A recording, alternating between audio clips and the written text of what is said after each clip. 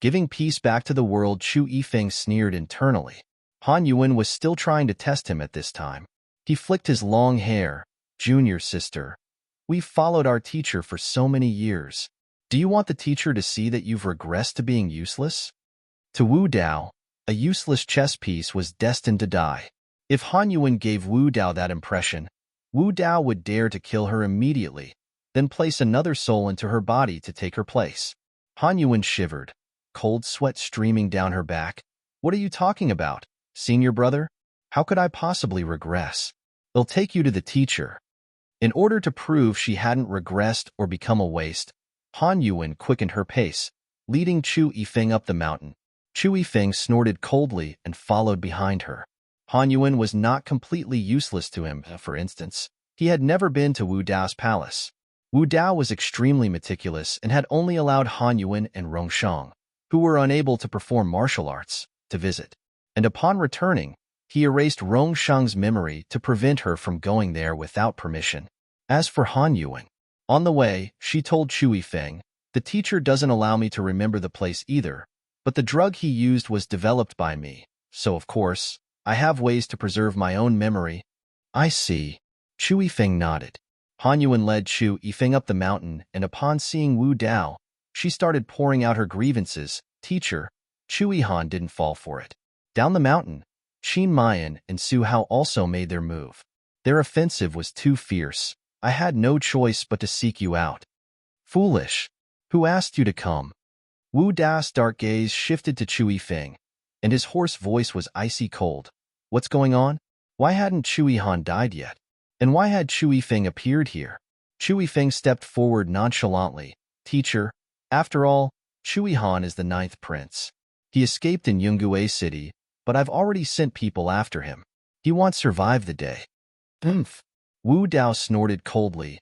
You too. If you ruin my big plans, they'll take your lives.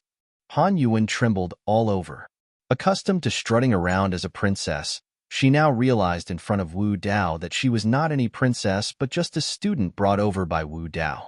If she didn't do as he said and didn't satisfy him, he would kill her. Her life was in Wu Dao's hands.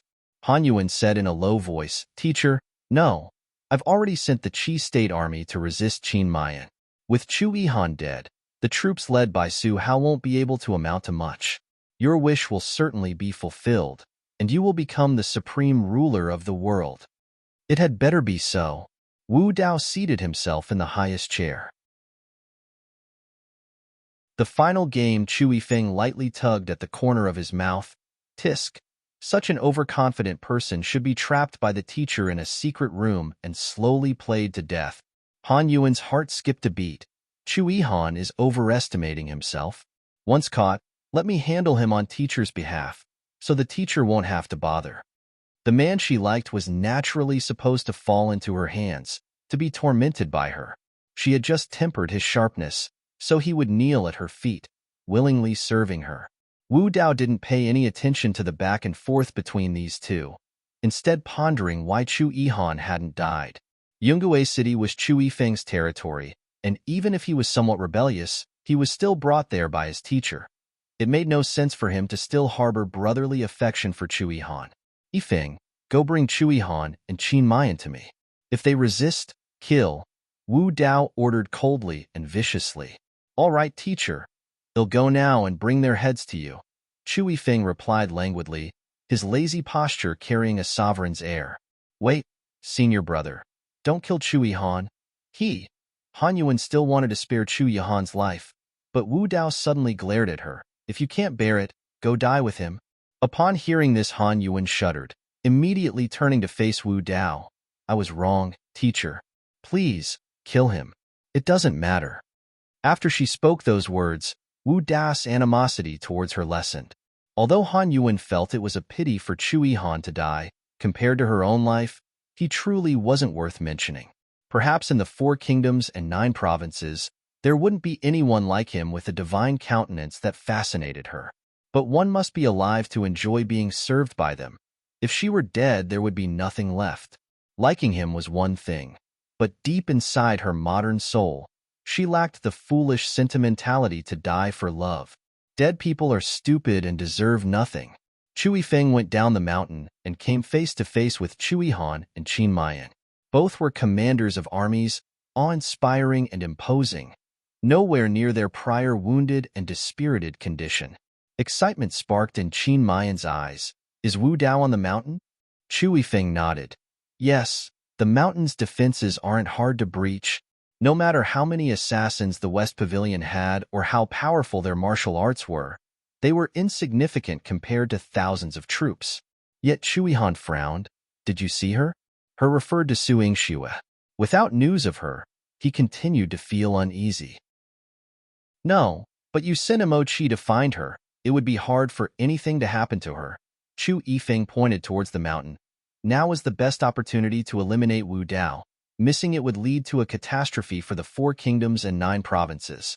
Without hesitation, Chu Yihan ordered Su Hao to hold the base of the mountain, while he and Qin Mayan led the troops straight up the mountain to attack Wu Dao's palace. Inside the grand hall, the sounds of combat grew closer, causing Wu Dao to furrow his brows. What's going on? Chu Yifeng had gone to eliminate the people below. The noise shouldn't have traveled up. Han Yuan was actually excited. Senior brother must be overpowering the enemy, capturing them all alive, right? As she excitedly rushed out, an arrow struck her, piercing through her body and pinning her to the wall. With a poo, the powerful inner strength behind the arrow inflicted severe damage to Han Yuan, causing her to spit out blood violently. How could this happen? Han Yuan's eyes widened in disbelief. Wasn't Chu Yifeng supposed to be capturing people? Why were they attacked instead?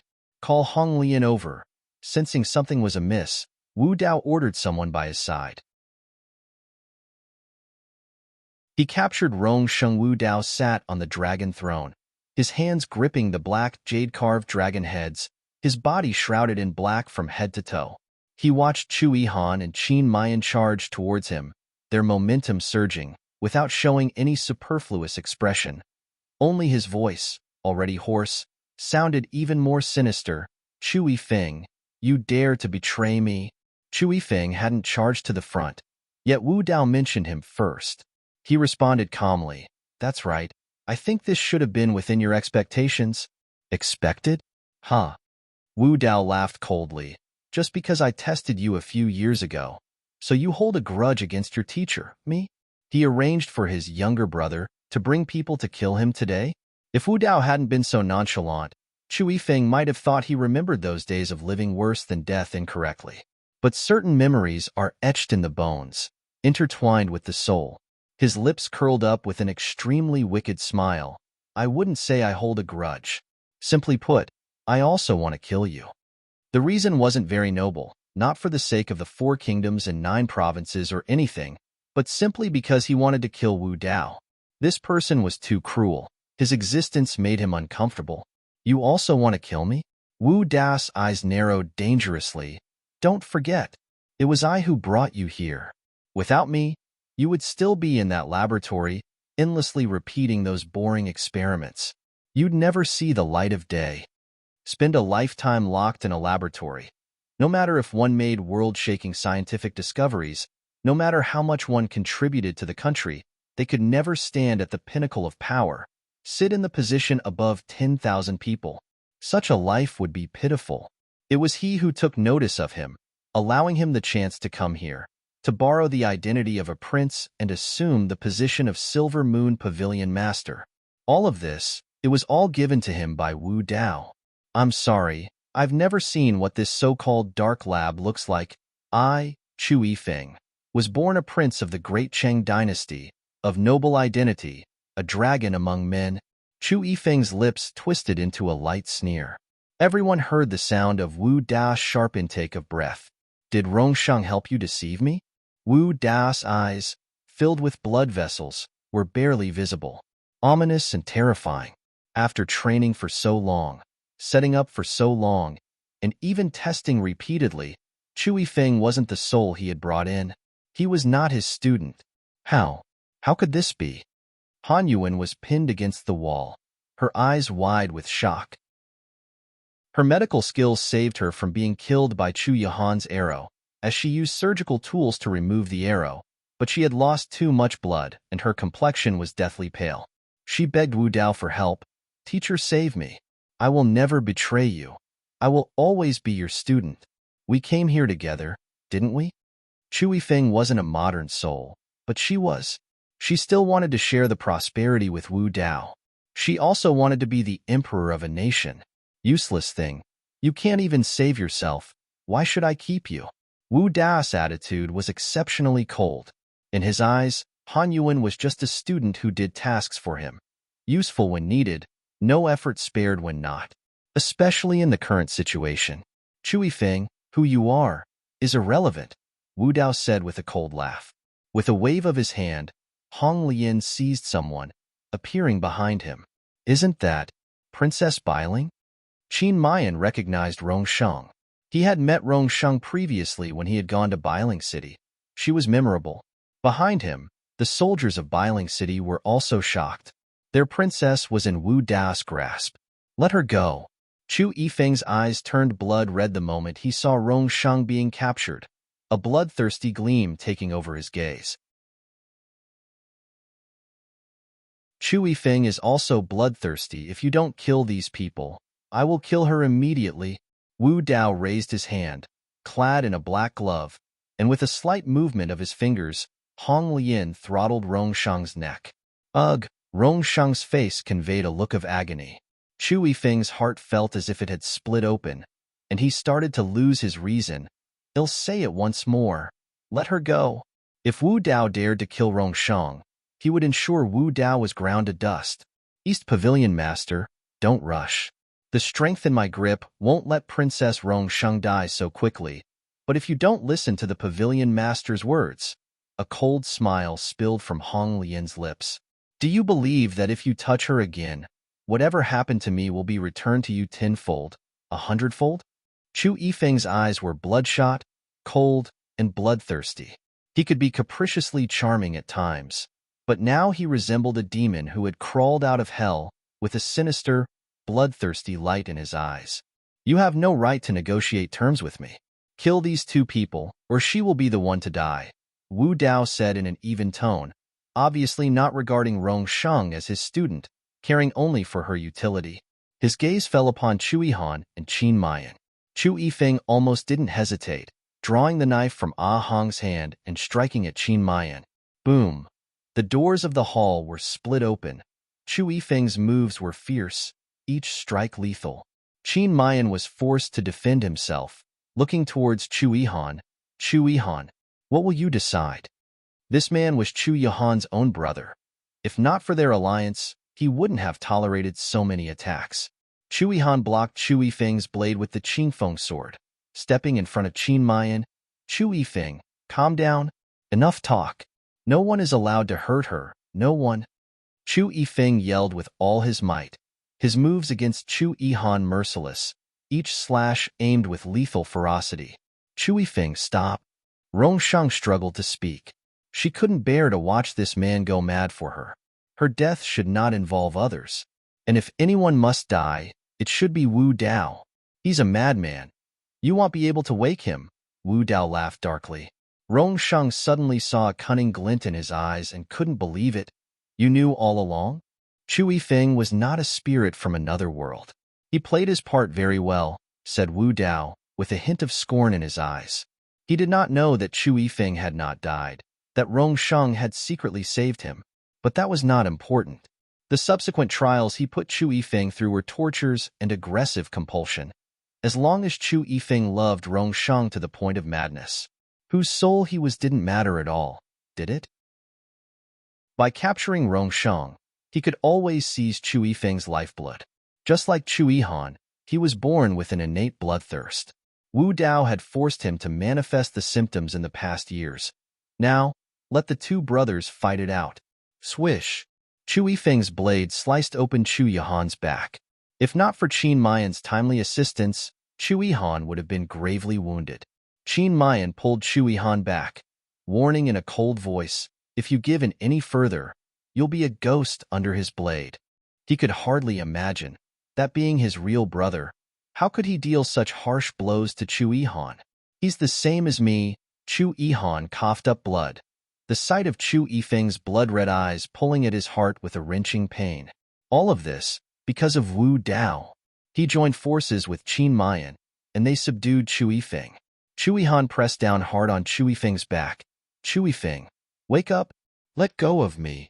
Chu Yifeng, his eyes blood-red, looked up at Rongsheng.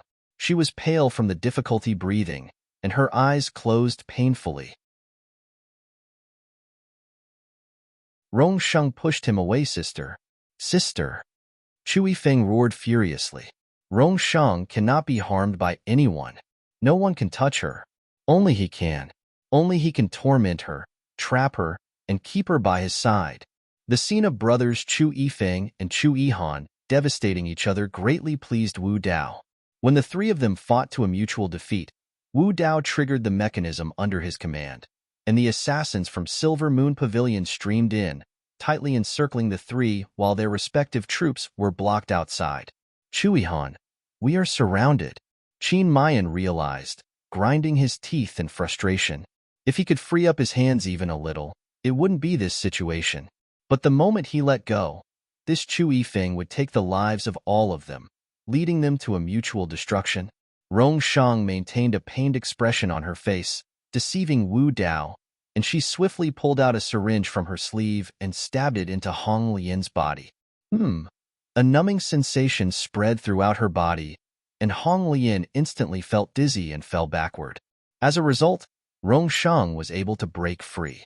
With a cold voice, she called out, Chu Yifeng, sister.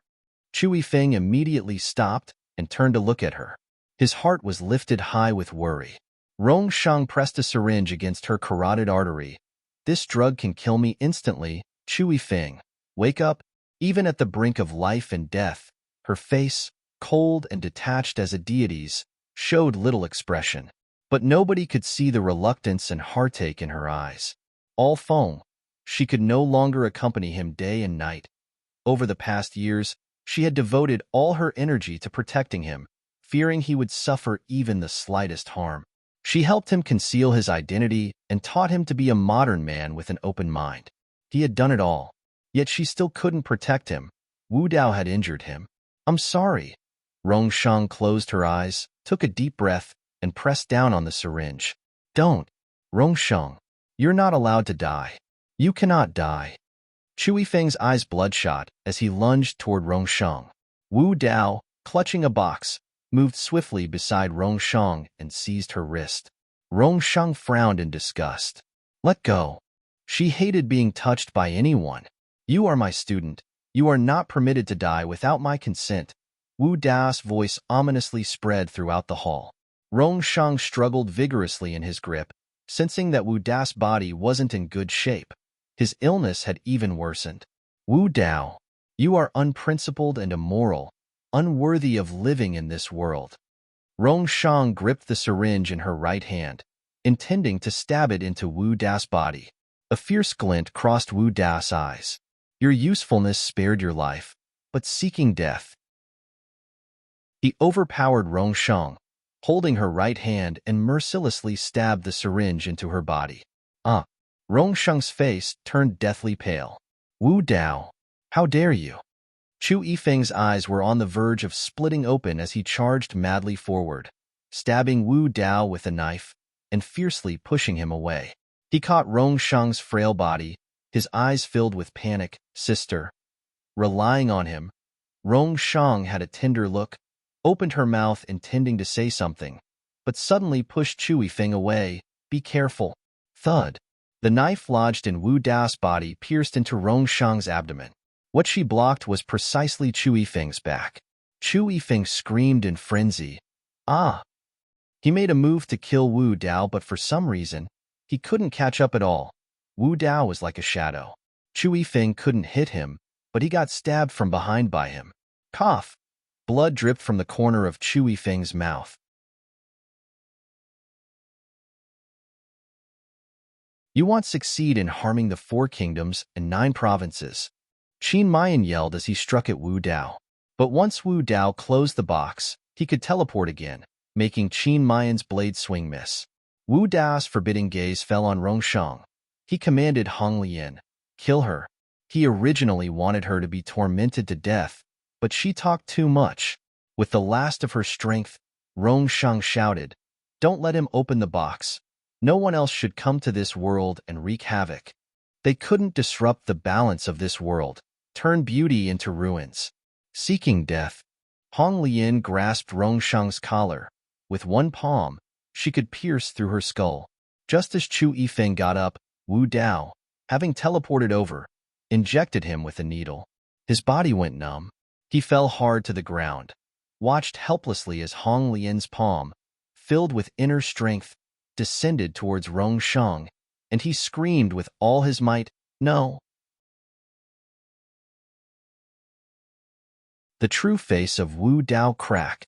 The sound of the whip striking flesh echoed, followed by Hong Lian's agonized scream.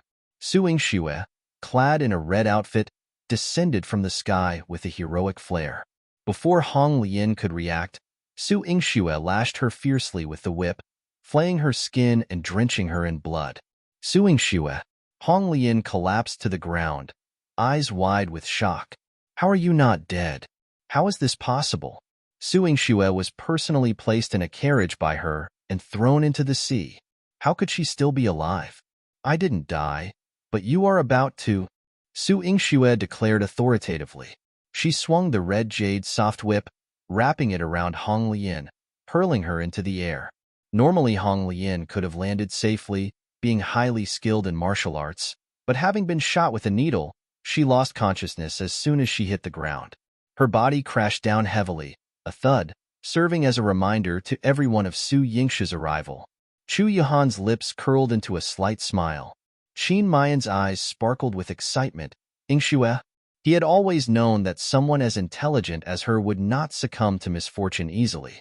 Outside the door, the soldiers who had been held back also fought their way in with great effort. Only Wu Dao, his hand clutching the box, was trembling. Under his black hat, a pair of impure eyes filled with bloodshot veins, as if he found her presence more blinding than the sunlight. Whoosh! Wu Dao moved with a gust of angry wind, reaching Su Yingxue's side almost instantly and striking without hesitation. Su Yingxue felt a piercing pain and her body weakened, drooping downwards. She hung her head low, resembling a meteor in the night sky, a fleeting beauty that made people believe she was their savior. "Su Yingxue, you don't deserve to live. Even if I didn't kill you before, you want to escape now." From the corner of the wall, the severely injured Han Yuan spoke with scorn. She despised Su Yingxue. She had stolen the man she loved, caused her to be humiliated, and even usurped her teacher's appreciation. Such a person deserved to die. Su Yingxue had no right to live in the same world as her. Wu Dao looked down at Su Yingxue, his voice gloomy and hoarse like a sand-laden autumn wind from the north. "If you hadn't come, you might have lived a little longer." But she had to appear before him at this moment. He couldn't convince himself to let her go now, especially just now, when he saw her face that looked exactly like Long Shuli's. "If I hadn't come, how would I kill you?" Su Yingxue, kneeling on the ground, moved in a flash, flipping off Wu Dao's hat, and forcefully tore off his cape, letting his gloves that were attached to his body fall to the ground as well. Wu Dao was instantly laid bare, like a stripped man. The moment his body was exposed to light, Wu Dao cried out in terror. "My God, is that even a human? Looks more like a ghost. So ugly." As people murmured, Su Yingxue had already placed a luminous pearl the size of a fist on the black jade dragon chair, causing the glazed tiles in the hall to reflect the sunlight, instantly lighting up the great hall. In the sunlight, Wu Dao's grotesque features became clearer to everyone's eyes. He had no hair. The skin on his scalp was covered in red patches.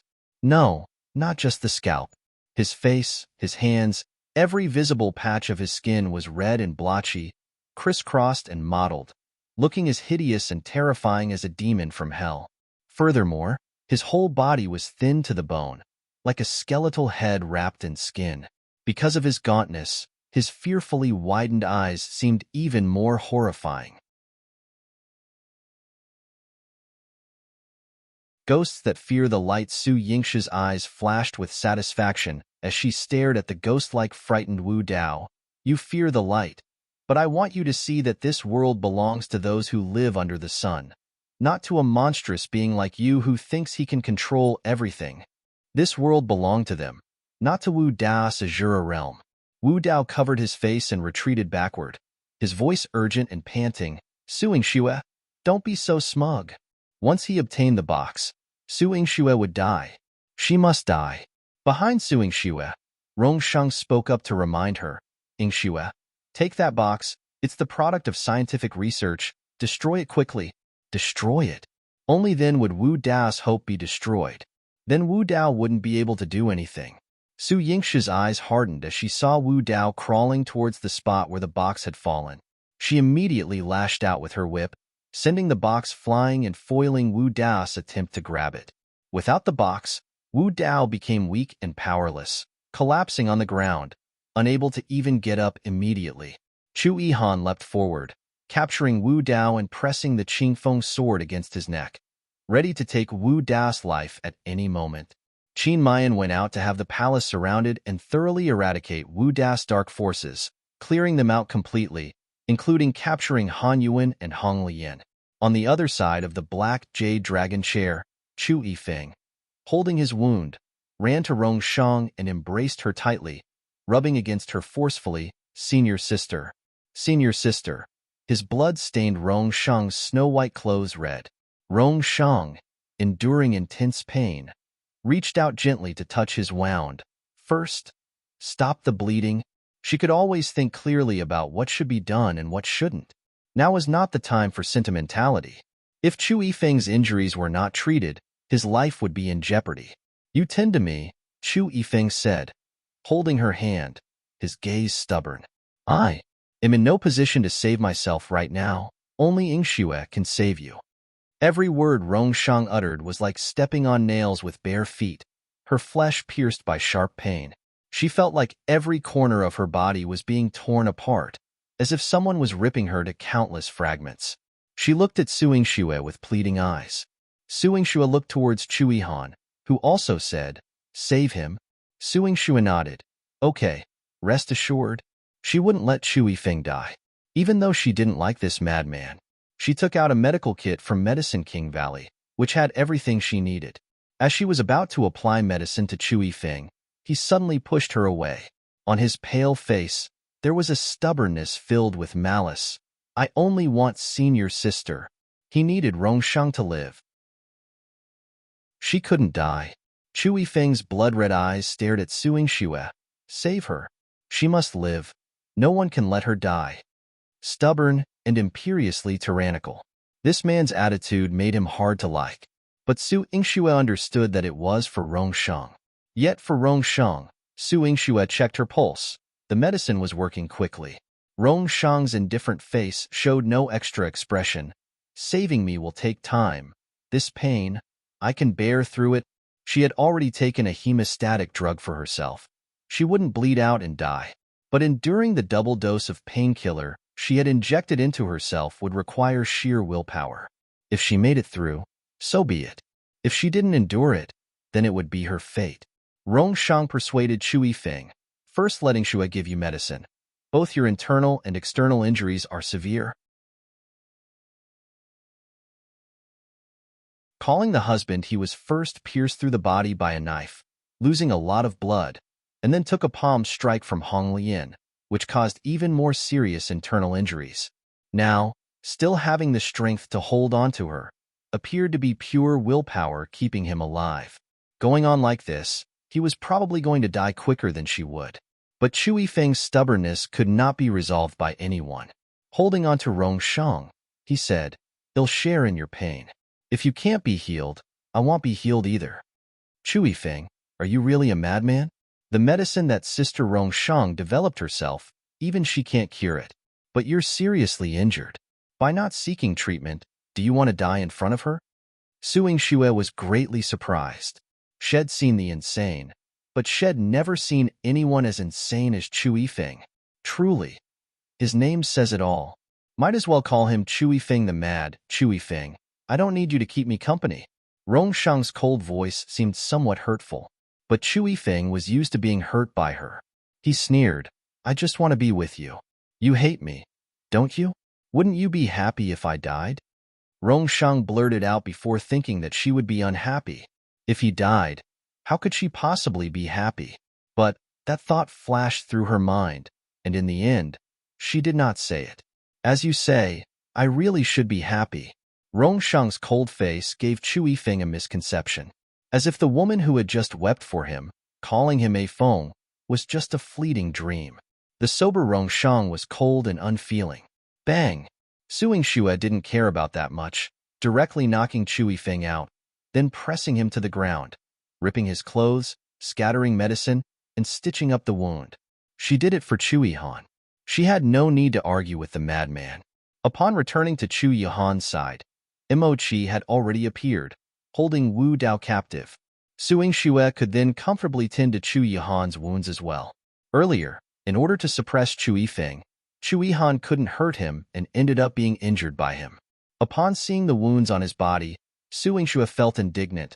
When Chu Yifeng comes to, I will definitely make sure the injuries you, Your Highness, have suffered are inflicted on him instead, and twice over at that. Otherwise, Chu Yihan's suffering would be in vain. Her man shouldn't be hurt so casually. What did you just call? Chu Yihan pinched Su Yingxue's face, raising an eyebrow. Su Yingxue took a moment to respond. Your Highness? The pressure on her face grew, and Chu Yihan's eyes emitted a slight chill. Think carefully before you speak. A threat indeed. If she called wrong, her face might end up wrecked. Su Yingxue's earlobes turned slightly red, and her face was tinged with embarrassment. There are so many people around here. Can she call him husband when they get back? Call.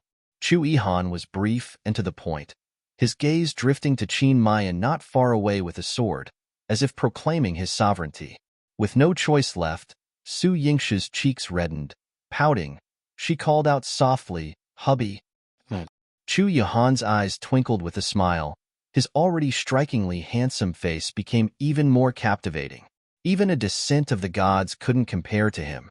Your Highness, what should be done with this man? Immerse, who was usually indifferent to the frequent displays of affection, had a face like thunder today. Seeing blood at the corner of his mouth, Su Yingxue couldn't help being concerned. Were you injured by Honglian? Earlier, when Immerse had found her and they went up the mountain together, preparing to deliver a fatal blow to Wu Dao, he had found a shortcut and took her with him. But when they had encountered Honglian, Immerse had faced her alone to conceal her presence. Su Yingxue knew that Mochi, working with Chu Yihan, was not of weak martial arts skills. But now, the two gaping wounds on his body. He's still resisting him. Fine, master.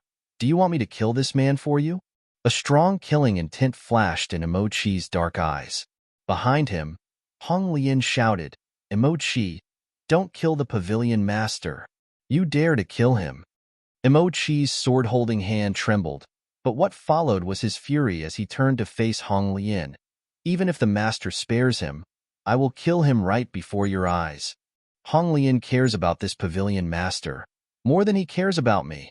Oh no, this pavilion master is indeed someone Honglian cares about. As for me, I simply don't count. Heh, I am just a joke. Su Yingxue sensed something and comforted him. Don't worry, this pavilion master will definitely die. She turned to look at Wu Dao, who, exposed to the light, showed hate that was even greater than fear. His eyes were like an abyss covered in vines, always ready to entangle someone and drag them into darkness. Do you think you can kill me? Wu Dao's sneer was cold and ghastly, as if it came from hell. His eyes seemed to have seen right through Su Yingxue. You're alive till now because of the spatial device you carry, right? How do you know? Su Yingxue's heart chilled. This was something she hadn't even told Chu Yihan. She has Medicine King Valley and little ginseng to protect her life. But how did Wu Dao know? Could it be that he has one too? Su Yingxue's eyes widened in surprise, just in time to see the white box magically appear in Wu Dao's hand as he made a fist, allowing him to immediately break free from Immerse's grip. Chu Yihan moved swiftly like an arrow leaving the bow, grabbing Wu Dao's hand and snatching the box from him, bent his legs with a kick, forcing him to kneel. His brows furrowed deeply. What witchcraft have you used? How is it possible to disappear and reappear as if by teleportation? What secret does this white box hold? It could bring Rongsheng and the souls of others here and materialize in Wu Dao's hand anytime, granting him intangible power. Wu Dao's eyes glinted with triumph. As long as I have it, you cannot kill me. This box is fused with his life. It's not something that these people can simply destroy. Suing Xue stepped forward, took the box from Chu Yahan's hand, and tried to split it open with the Qingfeng sword, only to discover that the sword couldn't even make a scratch on the box's tough exterior. Suing Xue, don't waste your energy. Even your mother couldn't destroy it back then. What can you do? What are you compared to her? Wu Dao's gaze was sinister, and the evil energy spreading out from him intensified his hatred. With just a thought, the box returned to his hand. He held it aloft, boasting confidently, Suing Xue, if you have any way to kill me or destroy this, you win. But you don't have any. What her mother couldn't do in the past, she couldn't do either. Is that so? A cold light flashed in Su Yingxi's eyes as she swiftly moved forward, knocked the box out of Wu Dao's hand, and injected him with a syringe full of liquid. This slight pain was like mere tickling for Wu Dao, who had years of medical research under his belt. He didn't care in the slightest, even scoffing with disdain. You're even more foolish than your mother. She believed I would return, and you think you can kill me. The smile on Wu Dao's face didn't last as he tried to finish his sentence, turning into something grim and terrifying. What have you injected me with? Panic surfaced on his face. Although Suing Xue wasn't initially 100% sure, the panic in Wu Dao's eyes confirmed it for her. Collapse your porphyria, even if we took blood from all three of us, couldn't possibly be cured. And, with the injection of a high concentration of alcohol, you, without a doubt, will die. Suing Xue, how could you possibly? Wu Dao was unable to resist the weakness and pain assaulting his body, and he no longer had the strength to summon the box. The alcohol quickly paralyzed him and caused his blood to start running chaotic. Wu Dao had never hated someone like this, not even Long Shuli. He gritted his teeth, word by word seething with hate. Suing Xue, you dare destroy everything I have. His grand vision and ambition, his ambition to dominate the world. All these years of management and plotting, he was just a little short of success. He could kill Long Shuli, who stood in his way. But this time, Suing Xue, Wu Dao struggled desperately. He could still summon the box, but the box was firmly controlled by Suing Xue. She opened it, and it was originally empty inside. But the box, while in an open state, could not be summoned by Wu Dao at will. She talked about this with Little Ginseng during their chat. Little Ginseng said, just like its spiritual body couldn't separate from Su Yingxi's body, Wu Dao and the box, if both were to fall at the same time, would lose the ability to control and be controlled. Wu Dao, like a dying spider, crawled towards Suing Xue, demanding the box, give it to me. Give it to me. His efforts could not be in vain. He could not have crossed over to this life for nothing. He had to be the supreme ruler of the world. Chu Yahan's sword pierced through his body, nailing him firmly to the ground. Afterwards, he protectively guarded Suing Xue. The sight before him made Wu Dao feel even more repulsed. After scheming his entire life, he had gained nothing. His hand slowly reached for his dragon throne. Wu Dao pressed a button with a sinister look in his eyes, a smile playing on his face. Suing Xue, your mother is dead, and you won't get to live well either. In the past, Long Shuli, to oppose him, even if she was violated by a man like Su Dingheng, still lived a splendid life. She made him grind his teeth with silent hatred to this day, hating her intensely every time he thought of her. Even if he was to die, he was going to take them with him. The ground beneath Suing Xue and Chu Yihan started to shake. Chu Yihan was the first to feel that something was amiss, hugging Su Yingxi's waist and shouted to everyone, hurry up and leave. This place is going to collapse. You can't escape. You won't be able to escape. Wu Dao let out one last maniacal laugh. As his body fell, it pressed down on the switch, and the palace began to shake violently. Chu Yihan embraced Su Yingxue. Imochi carried Chu Yifeng on his back while holding Rongshang, and Qin Mayan grabbed the others and was about to leave. But before they could reach the entrance of the grand hall, the entire palace collapsed with a bang. Behind the palace was a sheer cliff. The palace crumbled entirely, everyone shaking uncontrollably, unable to steady themselves. Feeling the ground plummeting rapidly beneath him, Chu Yihan wrapped his arms around Su Yingxue's waist, shielding her with his body below. "Don't be afraid. Your Highness won't let you die. Your Highness, be careful." Su Yingxue saw a beam falling towards Chu Yihan's back and quickly embraced him, rolling away several times. Boom! The earth-shattering sound reverberated through the sky. When Su Hao and his men arrived, they did not see the magnificent and ever-changing palace. What he saw was just a deep pit, an area that had just experienced a sudden collapse. "Sister, Your Highness!" Su Hao, with a panicked face, shouted into the abyss, but the only thing that echoed back was his own voice. Ruthless, leaving no way out he couldn't see, nor could he hear the voices of the people below. He must save them. "Sister, brother will definitely save you." Su Hao's eyes reddened, his fists clenched tightly.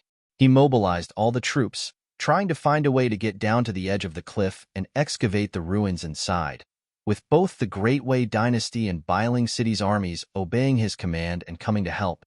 At the bottom of the cliff, amidst the ruins, Su Yingxue's head was filled with little Ginseng's fuming voice. "Su Yingxue, can you please live properly?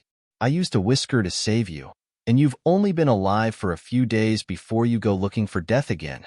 You really are going to anger me to death." So infuriating. The adorable voice, like that of a small beast. A brain explosion. Su Yingxue's head ached from the noise, and she came to, supporting her head. "Stop yelling. Am not dead yet." She had only been temporarily dazed by the collapse and shaking. "It's good you're not dead, humph. If you die again, I won't save you." Little Ginseng's cute and irritated voice evoked the image of a child with a puffy, adorable face, looking all huffy. If it could transform into a human, little Ginseng would certainly look like that, perhaps with a little mouth pouted so high that a basket of herbs could hang from it. Su Yingxue was lucky. The beam that had collapsed crossed over with another, forming a protective space around her and Chu Yihan. She quickly pushed the man beside her. "Your Highness! Your Highness!" She could move Chu Yihan, but she couldn't wake him. Alarmed, Su Yingxue asked, "Your Highness? Are you injured? Where are you hurt?" She searched Chu Yihan's body for injuries and found none, but it seemed like his head had taken a severe hit. Su Yingxue's heart immediately became uneasy. "Your Highness, did you hit your head? Your Highness, wake up, please." The space was too cramped. She couldn't even take his pulse. She could only stretch out a hand to move the bricks and debris from Chu Yihan's head. "Your Highness, didn't you say you would protect me?" Su Yingxue tried her best to move closer, but she could still only lie down, propping herself up with her arms. As she struggled to raise her hand and touch Chu Yihan's face, she encountered a warm liquid. Blood. Su Yingxue looked at her hand in shock. Chu Yihan's head was bleeding. His back was facing her now. Had his face been smashed? "Your Highness!" Tears immediately brimmed in Su Yingxue's eyes. "No, Your Highness, I don't want you to die. You can't die." Perhaps jolted by Su Yingxue's crying, Chu Yihan spoke in a hoarse voice. "You still won't call me properly. I wouldn't rest in peace even in death." "Call you?" With her face streaked with tears, Su Yingxue's voice was soft and lingering. "Hubby. I will call out, hubby. You are my hubby. I've realized now. Hubby, please hold on. Let me see if you're all right." Chu Yihan easily turned over towards her, looking at her with warm affection. "All right? Hubby, are you all right?" Su Yingxue blinked, then broke into a relieved smile. Chu Yihan was all right. He could still move, and the blood she felt was just from a cut on his forehead. It wasn't a serious injury. Su Yingxue hugged Chu Yihan with excitement and joy. "Hubby, This is wonderful. Thank goodness. They were both okay. Her heart had been nearly shattered with fear just moments ago. The two entwined together, with Chu Yuhan's hand resting on the back of her head, sealing their reunion with a deep kiss. After the tension in the air eased slightly, he brought up, "Finding a way out won't be easy." Wu Dao was a cruel man who didn't leave any way out even for himself.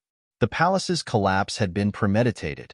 Upon his own death, he planned to take everyone down with him. Loving someone is wonderful. Su Yinghe looked around. It was a scene of ruins. Even if they managed to climb out by hand, they were still at the bottom of the cliff. They would need someone from above to rescue them. Otherwise, their chances of survival were very slim. Moreover, it was unknown whether the others were still alive. Su Yinghe had Chu Yihan prop up the beam on top of him, slowly moving away the debris to make room enough to sit up.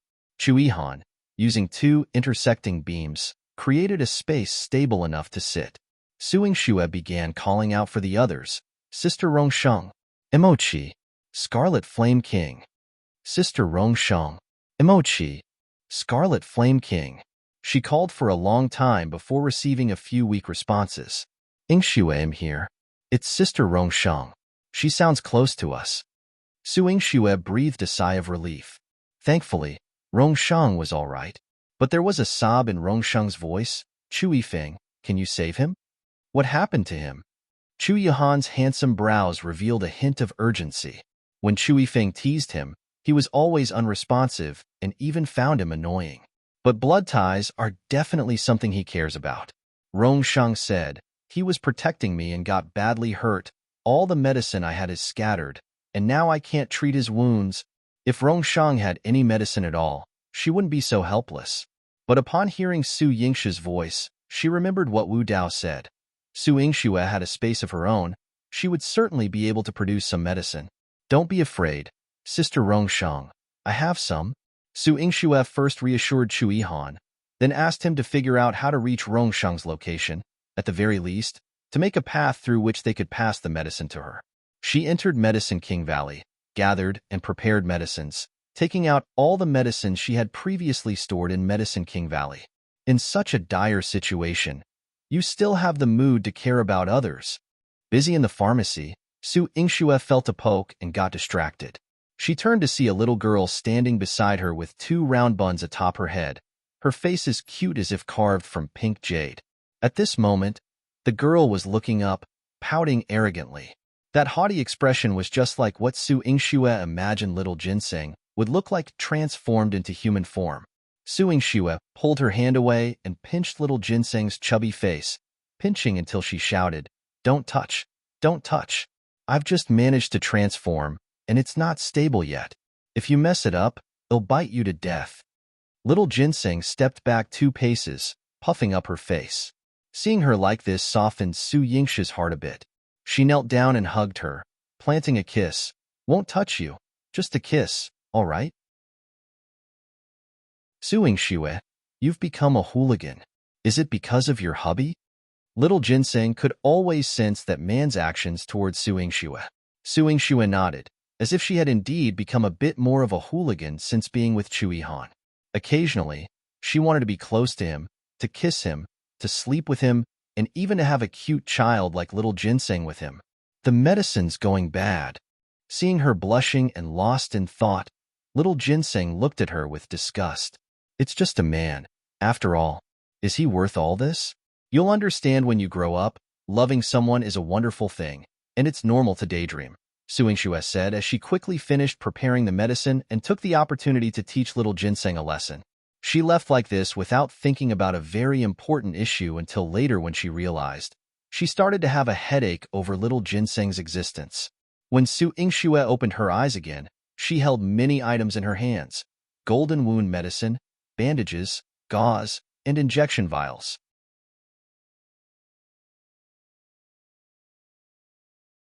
Saving Chu Yifeng ever since Sister Rongsheng gave her that book, she had started researching and, using the set of tools left by Long Shuli, she had actually developed antibiotics. Chu Yihan had already cleared the path, and now they were only separated by a wall that had collapsed between them and Rongshang and Chu Yifeng. With a single palm strike, Chu Yihan created a hole big enough for Su Yingxue to pass things through.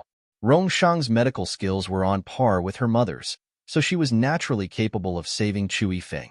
Su Yingxue then reassured Chu Yihan, "Your Highness, rest assured, Sister Rongshang won't let Chu Yifeng die." Chu Yihan hummed in acknowledgement, then his probing gaze landed on her. "Can you tell Your Highness where these medicines come from?" He had noticed before that Su Yingxue always carried a small medicine box, but the things she could pull out of it were not something that little box could hold. Now, she had simply closed her eyes for a moment and conjured up so many items to save Chu Yifeng. This, Su Yingxue paused. "Actually, I didn't plan to hide it from Your Highness. I mean, hubby, I just feared you wouldn't believe it if I told you." Having seen the phenomenon of crossing from another world, what else peculiar about you could Your Highness not accept? Chu Yihan pinched her cheek. Su Yingxue smiled. "That's true. After all, her rebirth was the strangest thing of all." She told Chu Yihan about Little Ginseng and Medicine King Valley, but there was no surprise in Chu Yihan's eyes, only more relief. "Little Ginseng is protecting you very well." Su Yingxue nodded. "She's a bit haughty, but she's my life-saving token, just like Chu Yihan." "Who's haughty, Su Yingxue? Can't you say something good about me?" Little Ginseng's voice came through, and even Chu Yihan could hear it. He raised his eyebrows slightly. "Is she speaking?" Su Yingxue looked puzzled. "Huh? Your Highness, you can hear that?" Chu Yihan nodded. "Little Ginseng, have you become more powerful? Can Your Highness hear you speak now?" Su Yingxue was particularly curious. "I could always do it, but you never wanted anyone to know." Little Ginseng didn't need to show off. "Did you think Little Ginseng could only stay in your head?" Little Ginseng stood with her hands on her hips, which Su Yingxue couldn't see, puffing up her round bun-like face. She clearly doted on Su Yingxue, always considering her needs, but she never gave Su Yingxue even the slightest verbal advantage. "In that case, Your Highness thanks you for taking care of his wife." Chu Yihan's voice was much softer. He hadn't seen a spirit ginseng cultivated for 1,000 years, but her childish voice was adorable, making him feel an instinctive fondness. "In that case, Little Ginseng grudgingly accepts your thanks. If there's anything you need in the future, just speak up. Little Ginseng will not turn you down." Little Ginseng's voice became milkily soft and sweet, also carrying a sense of grandeur. Su Yingxue felt unhappy. Why are you so biased? She had been integrated with Little Ginseng for so long, and the creature had never uttered a kind word about her. Yet, why had she become so complacent towards Chu Yihan after a mere thank you from him? The difference in treatment was too great. Unfair. Because he's good-looking. If someone's good-looking, whatever they say is right. Little Ginseng will absolutely not refuse any of his requests. Little Ginseng proclaimed proudly. Su Yingxue pouted. What more was there to say? No wonder she turned into a girl. Behind the wall, Rongshang was treating Chu Yifeng, administering antibiotics, applying medication, stitching up the wound, all in one go.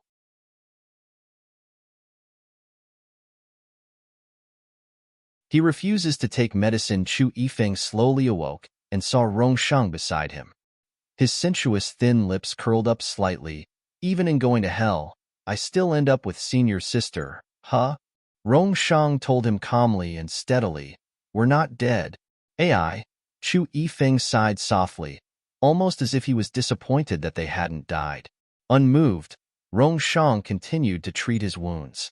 With his injuries all taken care of, Rongshang held the oral medicine to Chu Yifeng's lips, succinctly commanding, "Take it." Chu Yifeng turned his head away. "I want." Rongshang's brow furrowed slightly. "This is medicine for pain relief and anti-inflammation. Still not taking it. Doesn't it hurt?" A touch of anxiety rose in Rongshang's heart. His body was covered with many wounds. The fact that he had survived was testament to his strong willpower. Now, although she had saved his life, she could fully imagine the pain from those wounds as a doctor. He was in pain. "It hurts, but if you kiss me, I'll take the medicine." In Chu Yifeng's handsome brows there was the posture of a shameless rogue. Rong Shang immediately turned cold. Impossible. In the past, any intimacy between her and Chu Yifeng had been forced upon her, and she would definitely not offer herself willingly. A streak of malice flashed through Chu Yifeng's eyes. Knowing that Chu Yihan and Su Yingxue were behind the wall, he shouted, "Chu Yihan, has Su Yingxue ever kissed you of her own accord?" Chu Yihan's voice, cold and detached, came through. How boring. Su Yingxue heard the noise on their side. She walked up, clung to Chu Yihan's shoulder, and kissed his lips, even biting his face, making sure her voice was loud enough to be heard by Chu Yifeng. After kissing, she deliberately cooed seductively, "Hubby, did you like it?" Chu Yihan hooked his lips, pulling her into his embrace and pinching her face. "You little troublemaker." A stifled feeling built up in Chu Yifeng's chest. He pointed to the wall above him, looking at Rong Shang. "Did you hear that?" Su Yingxue was deliberately provoking him. The emotionless face of Rong Shang, cool and detached as a fairy, remained unmoved. "What does it have to do with me?" She began to forcefully push the medicine into Chu Yifeng's mouth. However, even with his injuries and lying down, she was no match for the strength in his arms alone. Rong Shang tried several times unsuccessfully. Each time the medicine approached his lips, he swatted it away. She grew somewhat angry. "Chu Yifeng, this is the medicine that could save your life. Don't take it, and you might as well prepare to die in pain. You are my life-saving medicine." A trace of scorn flitted through Chu Yifeng's eyes. "Rong Shang, do you even have a heart?"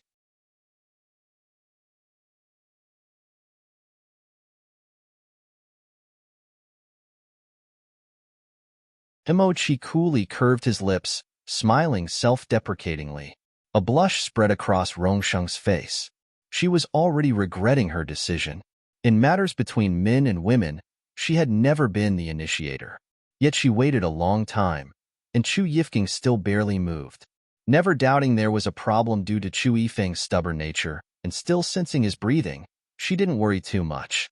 But when he remained silent for so long, Rongsheng's heart sank, and she quickly crawled in front of Chu Yifeng, forcefully turning him over.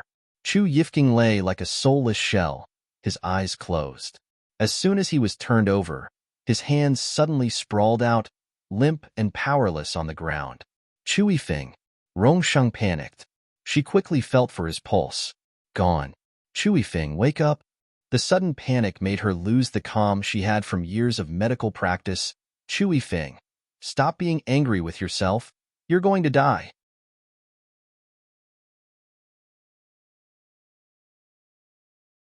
"Blood transfusion, Sister Rongsheng. What's wrong with him? Hurry and take his pulse." Next door, Su Yingxue sensed that something bad was happening, and her heart was also suspended in fear.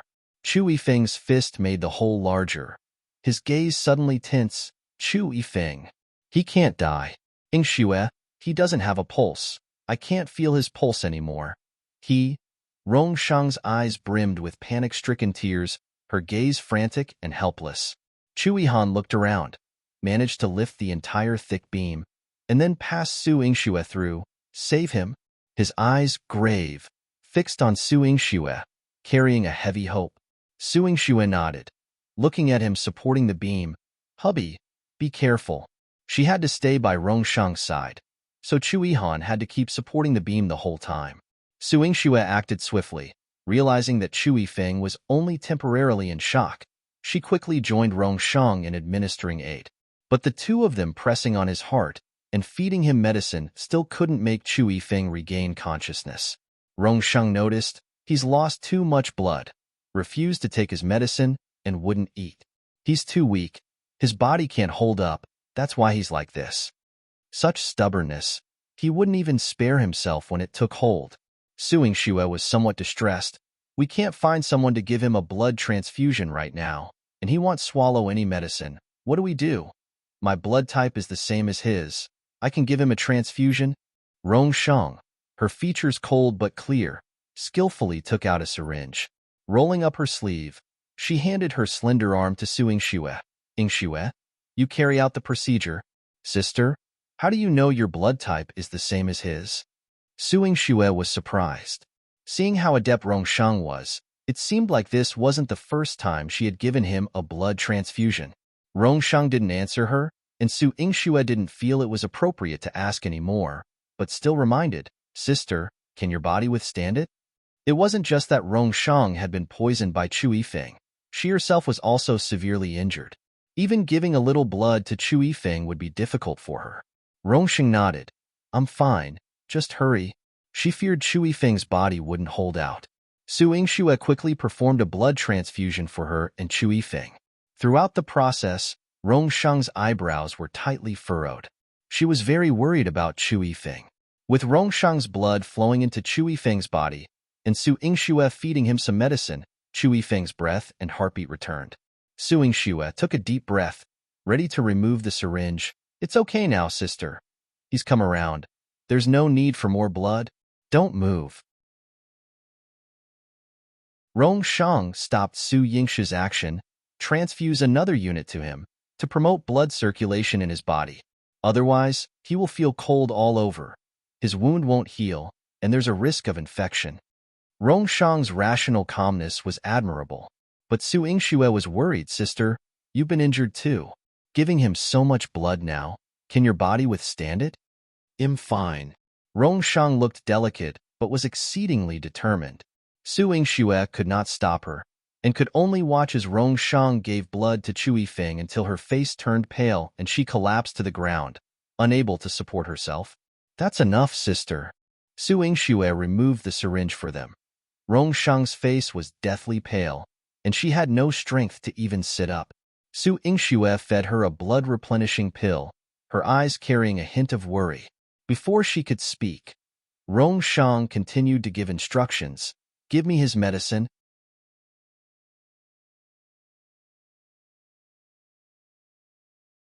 Loving unknowingly, Su Yingxue placed a small vial into her hands and thought, "Sister, you should rest quickly. I'll feed him the medicine." Considering Chu Yifeng's current state, as long as he could swallow what was put in his mouth, it was good enough. "There's no need. You all go and rest," she said. She closed her eyes. Su Yingxue was still worried about her, but Chu Yihan said, "Yingxue, come here and help your highness with the healing." How is your highness' injury?" she exclaimed.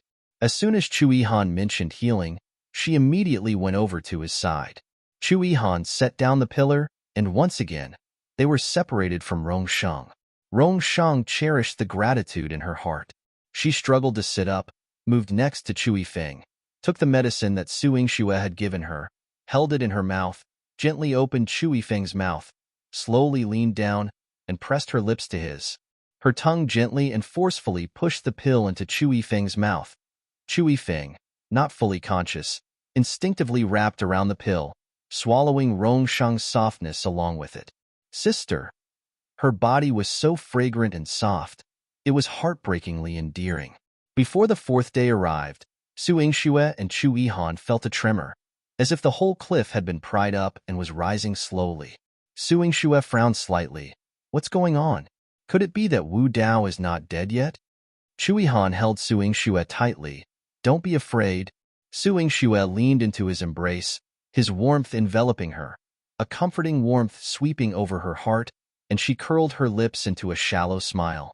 With him there, she wouldn't be scared. After enduring the night, Su Yingxue miraculously found that the palace, which had collapsed into ruins, had actually been raised back up. They were rescued, and the first person she saw was Su Hao. Excited, Su Hao ran up to her. "Sister, are you all right?" He wanted to hug Su Yingxue, but seeing her in Chu Yihan's arms, he could only step back. Su Yingxue cheerfully said, "Brother, I'm fine. Did you save us? Brother, you're amazing." Lifting an entire palace was not an easy feat. Even Chu Yihan was impressed. "General Su, you have worked hard." Su Hao didn't dare to take the credit. "Your Highness flatters me." "It wasn't me this time. It was the Yu family's doing." "The Yu family?" Chu Yihan frowned slightly. "After Qinji sect, the Yu family?" Su Hao nodded. "Exactly. 2 days ago, Miss Yulian arrived with her people and started preparing.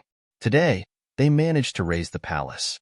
He had always thought that this was as difficult as reaching the heavens. But the Yu family, with its legacy from Qinji sect, had actually succeeded. Indeed, it was a work of genius, worthy of awe. Chu Yihan looked into the distance, where the girl in the green dress stood afar. She bowed slightly toward Chu Yihan, as if greeting him. Chu Yihan nodded in response. Originally, when he destroyed Qinji sect, he had spared the Yu family alone, partly because the loss of their heritage would have been a pity and partly because the Yu family understood the situation. During the Qinji sect's confrontation with the imperial court, Yu Lian was the only one who did not oppose the court, so he spared her lineage when he decimated Qinji sect. Now, it seemed to be a repayment. In his arms, however, Su Yingxue was particularly surprised. Ziwei, standing not too far away, she broke free from Chu Yihan and ran towards him, and Ziwei rushed forward, embracing her. Su Yingxue hadn't expected him to be so emotional. Her body was trembling slightly. She gently patted Ziwei on the shoulder. Ziwei, I'm not dead, don't worry.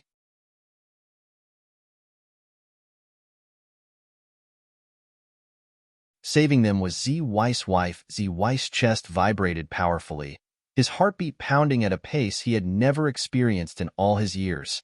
Intense, fiery. Even his usually cold face slowly thawed. This scene filled Yu Lian with admiration. But she had to intervene. She stepped forward, hooking her arm through Ziwei's. Ziwei, let go of the 9th princess consort. She'll have trouble breathing if you continue like this. I won't let go. Ziwei was not being stubborn for the first time.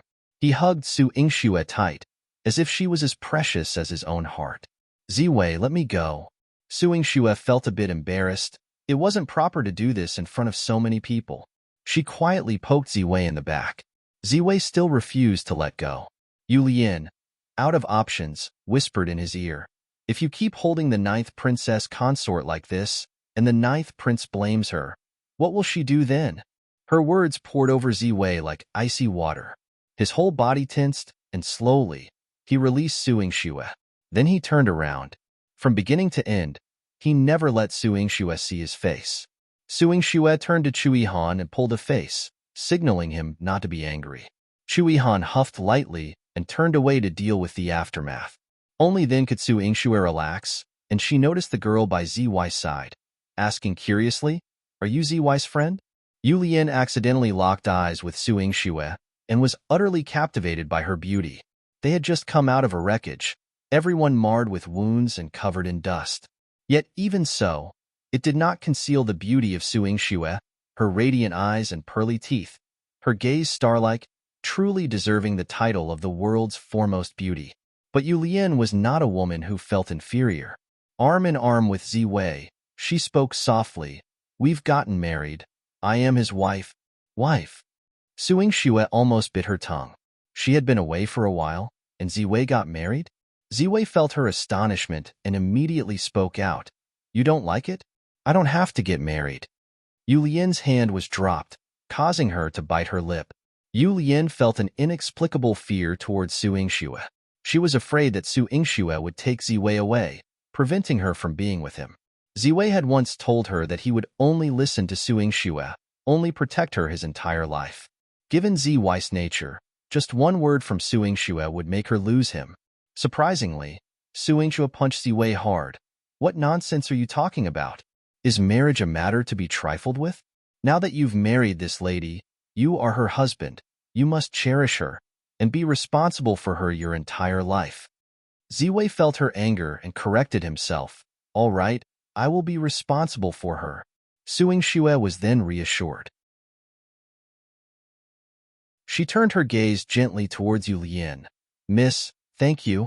"Thank me? There's no need. Our Yu family owes the 9th prince a favor. This is but repaying that debt." Yu Lian had her own pride. She would not let others see her weakness easily. "It's not because you saved me. It's because of Ziwei."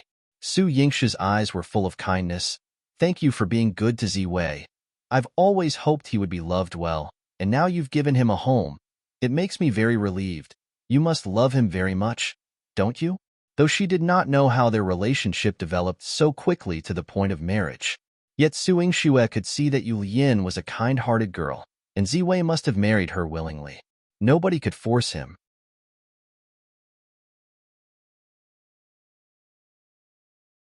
Why get married? Yulian blinked, then answered subconsciously, yes, I love him very much. Love that was too deep to extricate herself from. That's great. Su Yingxue energetically patted Ziwei on the shoulder. Ziwei, you must treat your wife well. When we get back, I will prepare a dowry for you. I, as the host, can't be too stingy. Su Yingxue's mind was filled with happiness for Ziwei. Behind her, Su Hao called out to her, and she went off first. Only when her footsteps had faded did Ziwei dare to turn around, watching her retreating figure, his heart brimming with longing. Yulian seldom saw emotions in his eyes. Seeing him like this, she smiled wryly. You've missed her for so long. Why didn't you say anything? She had witnessed how cold-hearted he could be. The emotionless assassin who never displayed any feelings. But when he had just seen Su Yingxue, he had embraced her eagerly, like an earthquake or an erupting volcano. His love for her was intense. Ziwei left with a downcast gaze, without uttering a word. As if Yulian were just air. A dim smile on her face. Yulian had foreseen this before she married Ziwei. Now, Yulian gently wiped her face. She was simply heartbroken. The ruins had been excavated. People were injured, some lightly, some seriously. Qin Mayan was taken away by Wei Ju, and Imo Qi carried off. Wu Dao and Hong Lian were dug out. Wu Dao was already dead, his head shattered, his brains dried up. Hong Lian, by rights, should be dead. But Su Yingxue found she still had breath. She didn't seem like she had been without food or medicine these past few days. Thinking of Imo Qi's miserable state, Su Yingxue suddenly couldn't bring herself to kill Hong Lian. She turned to look at Chu Yihan. Just lock her up in the dungeon for life? Chu Yihan was initially unwilling to let her go. He never left loose ends. But since Su Yingxue pleaded, he relented. While Su Hao's people were digging through the ruins to rescue them, they also unearthed a box. Su Hao handed it to Su Yingxue. I noticed this thing is extraordinary, probably not an ordinary item. Su Yingxue nodded. Indeed, it's not ordinary. But now that Wu Dao is dead, it's better to destroy this thing. What if it lures people here again? Their world had become chaotic once more, hadn't it? Don't destroy it. Rongsheng spoke up to stop her. Why not entrust it to me for safekeeping? Su Yingxue actually had no desire to keep it, and seeing that Rongsheng was a modern soul, it seemed appropriate for her to have it. Perhaps she could make use of it. But just as she was about to hand it to Rongsheng, Chu Yihan took the box away. Your Highness will keep it. His cold gaze swept over Rongsheng, seemingly with a hidden meaning, and then he looked toward Chu Yifeng on the stretcher. Take good care of him. That sentence was meant for Rongsheng. Rongsheng's eyes grew colder, but she said nothing, departing with Ahong. Everything was over. Chu Yihan and Su Yingxue, simultaneously turning around, looked at Wu Dao's corpse, both thinking the same thing, grind his bones to dust and scatter his ashes. Wu Dao had malicious intentions, stirring up trouble in their world, scheming, responsible for the death of Su Yingxue's mother, and causing Chu Yihan and his brother to be separated for many years. Even in death, he didn't deserve a peaceful end. As Wu Dao's ashes were thrown out, the bleak sky suddenly cleared. Some ashes fell on the box in Chu Yihan's hand, which suddenly began to glow. Curious, Su Yingxue watched the box, open it, and take a look. Chu Yihan, fearing something harmful might be inside the box, pulled Su Yingxue close and then opened it.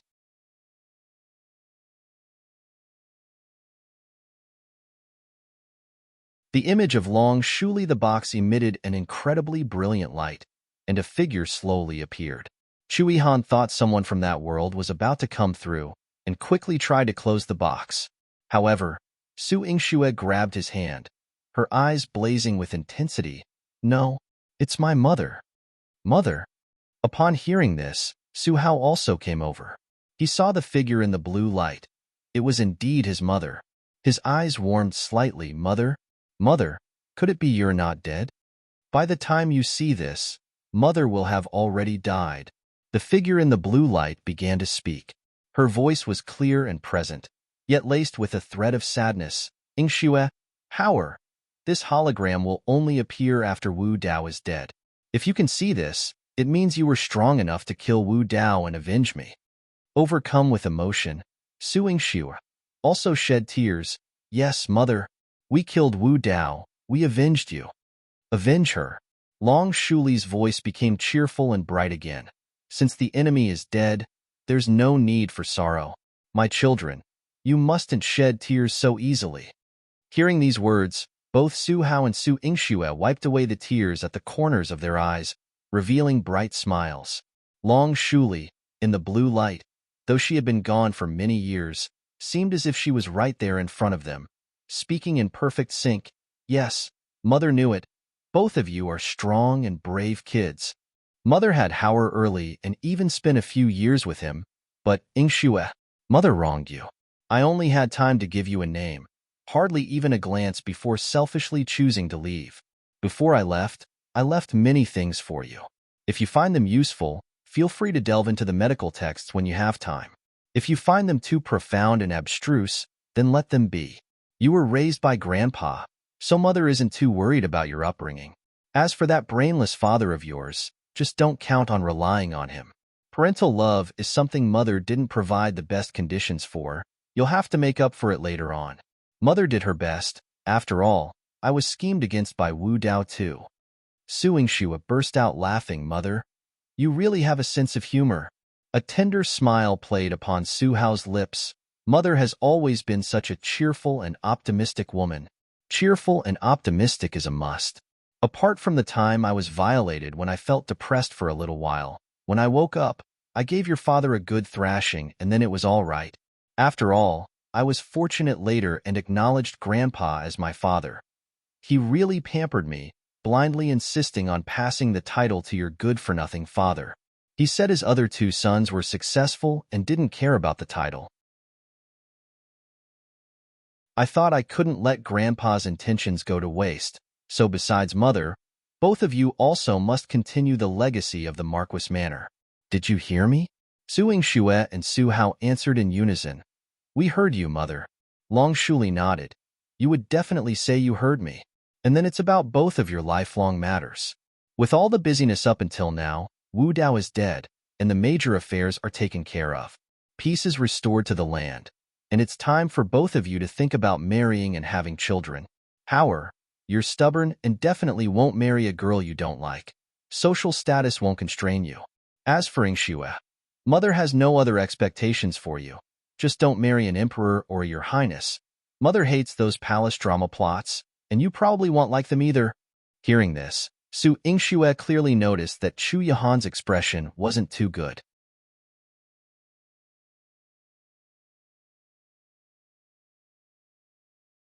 The princess of the Great Wei dynasty, he knew Long Shuli was just an image. Yet he stubbornly said, not every emperor and your highness would let their wives experience the plot of a palace drama. Su Yingxue couldn't help but laugh out loud. All right. Even if you were to marry an emperor or your highness, mother wouldn't be able to oppose it. However, that empress of your great Qing dynasty is no good. She wanted to imprison me before, to force me to give her drunken beauty. At that time, to protect you, I had no choice but to give it to her. However, before I left the palace, I told Chu Mingyuan about this affair. The empress will probably be disliked by Chu Mingyuan for a lifetime, ending up as a lonely empress in her old age. Su Yingxue's doubts were immediately cleared. So, it was her mother's doing that the emperor and empress were at odds. She admired her mother's tactics deeply. To deal with someone like the empress, you have to strike right at her heart. Who let her threaten her mother? After all, Long Shuli chatted as if talking about family affairs, leaving many words for Su Hao and Su Yingxue. Su Hao and Su Yingxue sat down and didn't finish watching the recording until night fell. At the end of the recording, Long Shuli entrusted them with a task. The body mother transmigrated into belongs to a princess from the Great Wei dynasty who went missing. Since I did not know how to face her family, I never returned to Great Wei, nor did I mention this to you.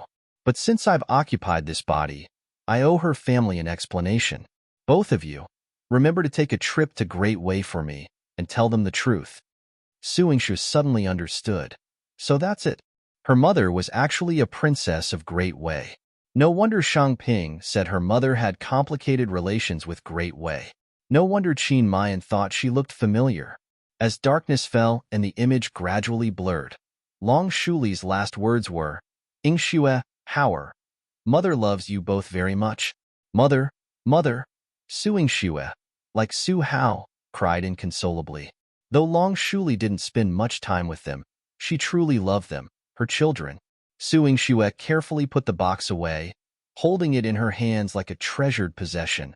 I don't know if this can be kept, if I can ever watch it again. Go ask Rongsheng.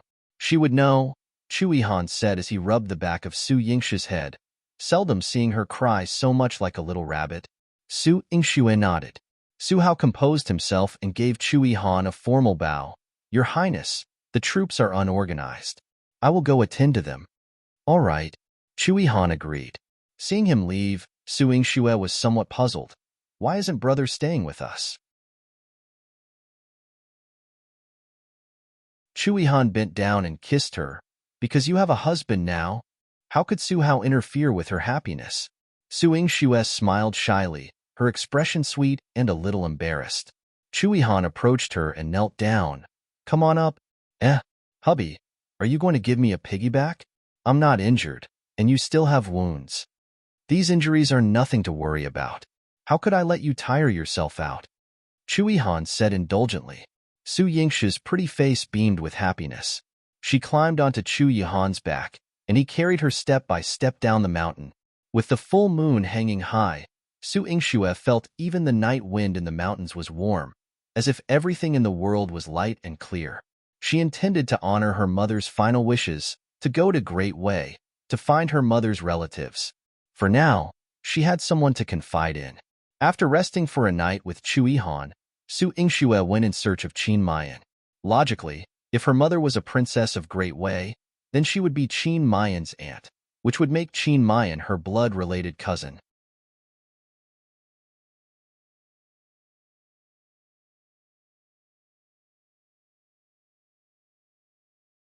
Knocking out Chu Yifeng, but when they arrived at Qin Mayan's room, he was already gone. He must have left in such a hurry that he didn't even have time to say goodbye to them. All he left was a note on the table, urgent matters. I must return to my country. Let's meet again in the coming days. Su Yingxue frowned. I wonder if he even dealt with his wounds before he was so rushed to leave? The temperature around Chu Yihan dropped suddenly. Are you that concerned about him? Su Yingxue shivered with cold. Isn't it, because he's my cousin? Are you planning to go to the Great Wei capital to find your cousin? Chu Yihan's eyes were already deep with a hint of murderous intent. Su Yingxue quickly held his waist. It's to look for my mother's relatives. It wasn't just about Qin Mayan. Chu Yihan let out a cold snort. His face still looked terrible, but he didn't oppose Su Yingxue's plan to go to the Great Wei capital. Su Yingxue knew that Chu Yihan was just a bit fierce on the surface. Which of the things she wanted to do hadn't he accompanied her on? They planned to visit Chu Yifeng and then start their journey. They wanted to get their business done early, so she could return to the Great Qing dynasty sooner. But in Chu Yifeng's room, All Hong stood at the door with a helpless expression. Upon seeing Chu Yihan and Su Yingxue, he addressed them. Your Highness, Miss Su, what happened here? Didn't Sister Rongsheng save Chu Yifeng?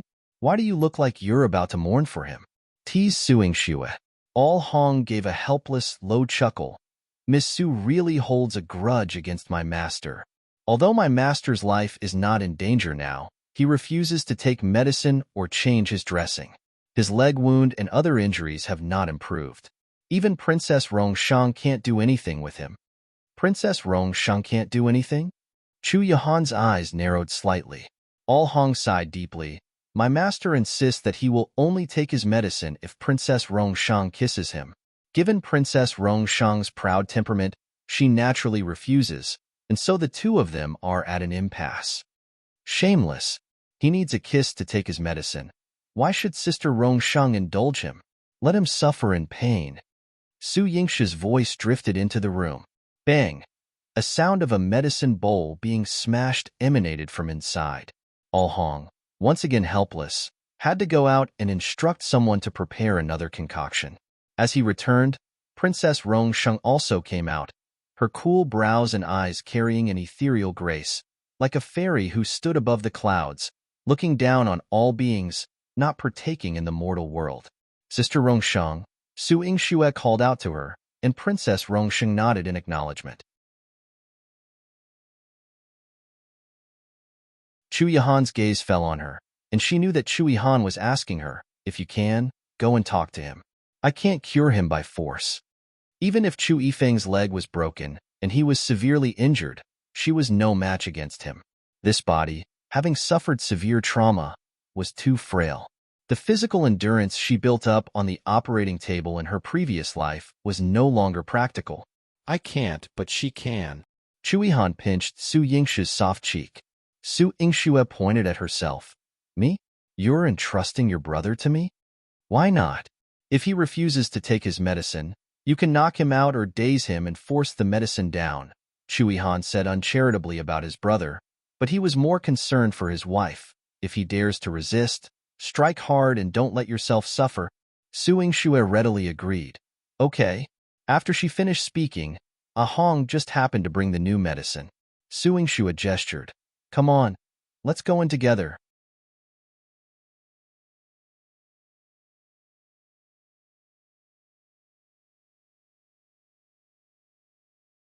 Going to Great Wei Dynasty, verifying identity, Al Hong was somewhat worried.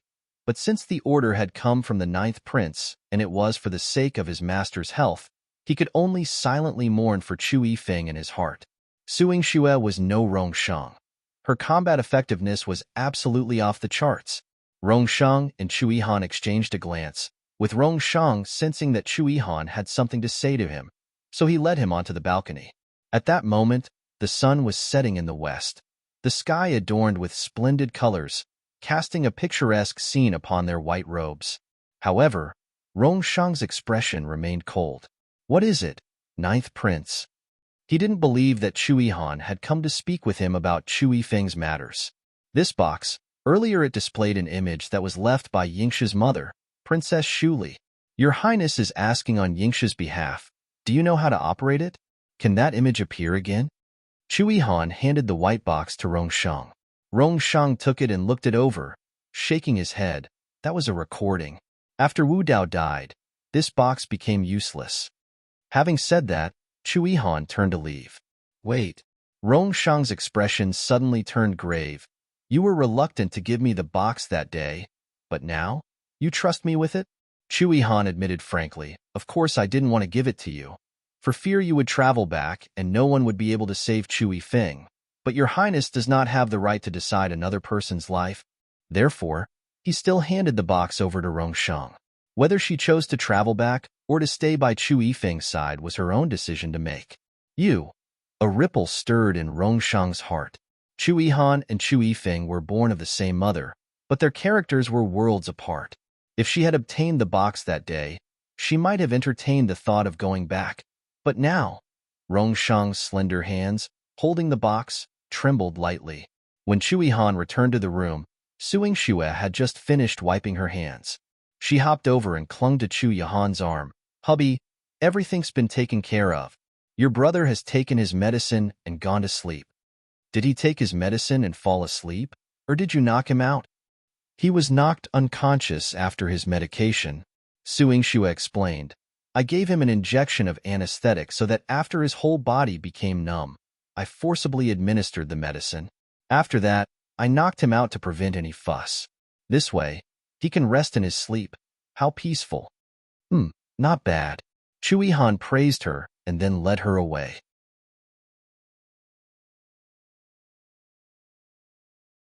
If not for his years at Silver Moon Pavilion, Ah Hong would have found it hard to accept just how unusual the ninth prince was as a younger brother. But he turned back to glance at the unconscious Chu Yifeng on the bed and sighed softly. Both are the same. The two brothers were equally extraordinary in character. Now that Chu Yifeng had been knocked senseless and disciplined by his sister-in-law, there was nothing surprising about it. It was Rongsheng, however. Ah Hong saw Rongsheng holding a box as she went to the side chamber. She still couldn't leave Chu Yifeng's room, or the poison would torment her, but her steps carried a hint of urgency. She was not like her usual self, cold and noble. Yungue City bordered the Four Nations and was also near the Great Way capital. Knowing that there was a way through the underground market to reach the Great Way capital directly, Chui Han set out with Su Yingxue. The people of the underground market, not often graced with the celestial-like beauty of Chui Han and Su Yingxue, began to entertain some thoughts when they appeared. But the overwhelming power radiating from Chui Han, along with the Qingfeng sword in his hand, instantly quelled any such notions among the people of the market. Unapproachable, indeed. On the Zuijing building, Mu Fei stood on the Shilu, fanning himself as he overlooked the scenery of the market.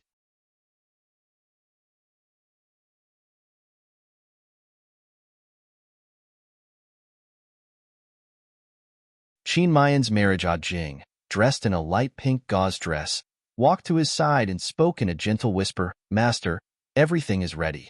We can embark on our journey." Mu Fei turned his body, a smile on his face which was even more delicate and beautiful than a woman's. "Did you bring my calming incense?" "Brought it.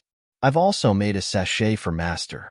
Wearing it on your body, you will feel much more at ease." Alt Jing laughed like silver bells, walking to Mu Fei's side. She hung a purple embroidered sachet on his waist belt. She tilted her head with a smile, and the tassels on her hair made a tinkling sound, pleasant to the ears. Mu Fei, looking at her pure eyes, smiled even more. "Good girl, follow your master to Yingdu." Al Jing did not know what place Yingdu was, but since Mu Fei had said so, she smiled sweetly. "All right, Al Jing will always follow master." The Great Way capital, Yingdu. The Great Way Imperial Palace was majestic, and within the harem, the Funing Palace had the deepest aura. Qin Mayan, lacking in spirits, sat to one side. Above him was the eldest princess of the Great Way dynasty, Kai Gu, who had raised him from his youth. Qinggu was chatting and laughing with her mother, the Empress Dowager. The Empress Dowager's hair was now full of white, yet she was still spirited and ruddy-cheeked, especially when looking at the young girl beside her. She held the young girl's hand, her eyes brimming with affection. "Zhao's health has always been delicate, but just seeing you, Yenner, her cheeks have rounded, and her lips have reddened. Her illness indeed seems to have improved quickly." Imperial Grandmother. The girl's voice was delicate, shyly hiding her beautiful and charming face in the Empress Dowager's embrace. "Ha ha ha. Zhao Hua likes the fifth brother. How could I not know? Now that fifth brother has earned military merit and slain that villain Wu Dao, resolving the crisis for the 4 kingdoms and 9 provinces, he truly deserves to be called a hero. It is only right for me to arrange a marriage for him." Qin Ruli, with his heroic spirit, raised his cup and toasted Qin Mayan, "Fifth brother, cheers to you. This time, in quelling the rebellion, you have accomplished a great feat for our Great Way." Qin Mayan lifted his cup. "Thank you, Imperial brother. However, quelling the rebellion was not my doing alone. I dare not claim the credit. I contributed only a modest effort. It was the 9th prince of the Great Qing dynasty and Su Yingxue who killed Wu Dao. You have already told me this, and I am aware. You do not wish to claim the credit. If the 9th prince comes to our Great Way, naturally, I will treat him well," said Qin Ruli, a magnanimous sovereign who was never stingy with praise. "Enough."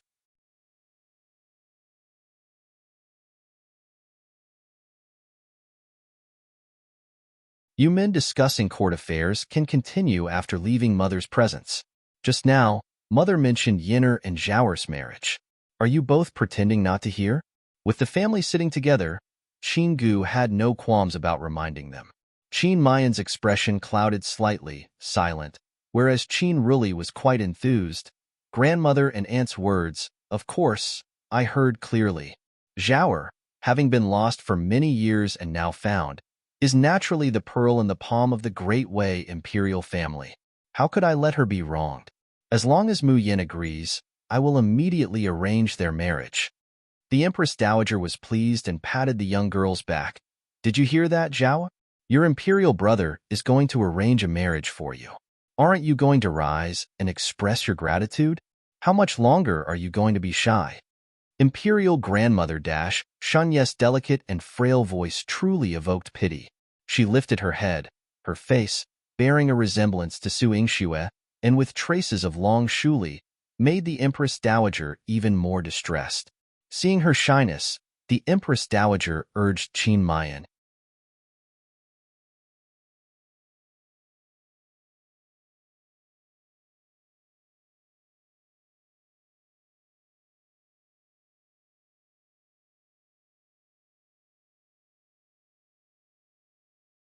He is unwilling to marry his cousin Mu Yin.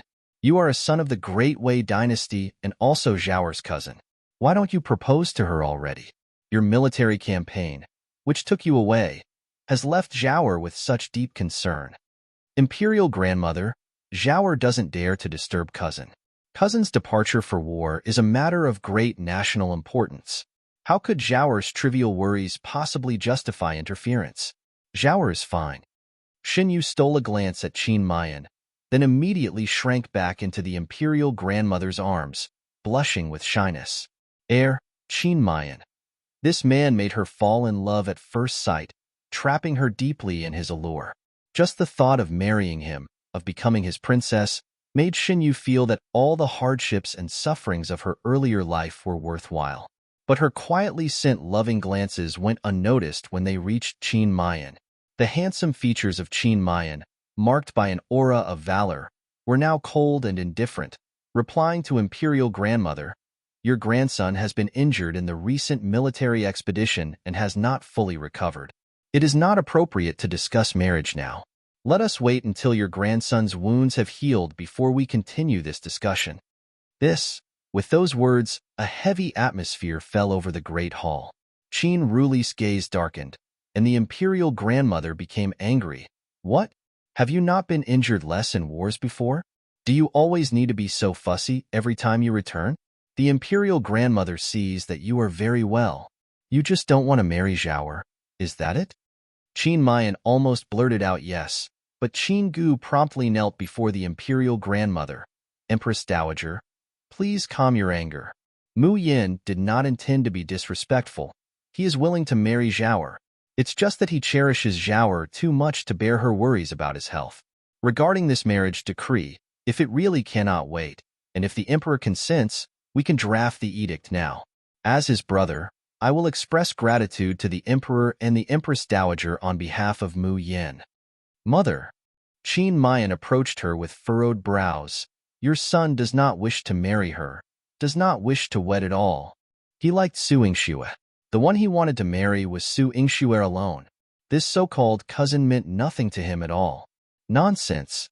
Qin Ruli, who had previously shown him some protection, now lost his temper too. "In the presence of the imperial grandmother, do you think you can defy her orders? Apologize to cousin Zhao Hua, and say that once you have recovered, you will marry her immediately." "Imperial brother." Qin Mayan clenched his fists in anger.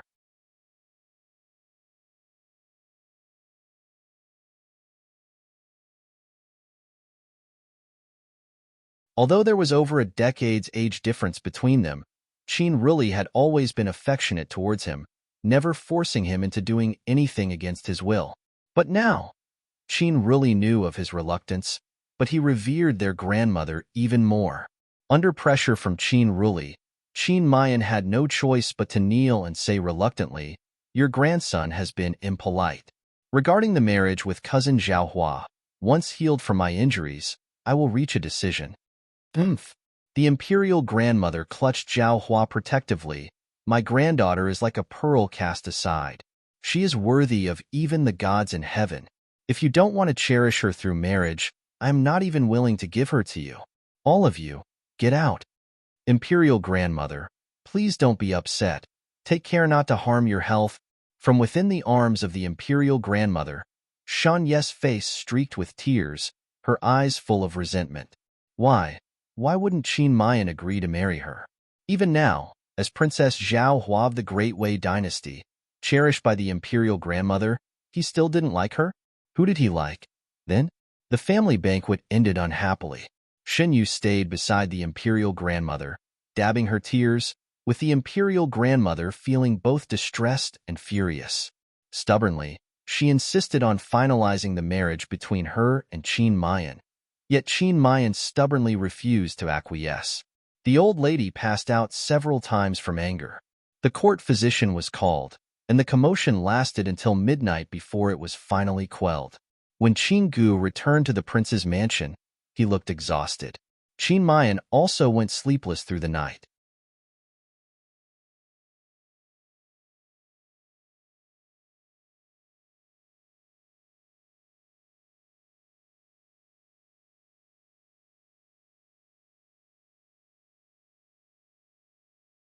Mayan's marriage Jing, dressed in a light pink gauze dress, walked to his side and spoke in a gentle whisper, "Master, everything is ready. We can embark on our journey." Mu Fei turned his body, a smile on his face which was even more delicate and beautiful than a woman's. "Did you bring my calming incense?" "Brought it. I've also made a sachet for Master. Wearing it on your body, you will feel much more at ease." Jing laughed like silver bells, walking to Mu Fei's side. She hung a purple embroidered sachet on his waist belt.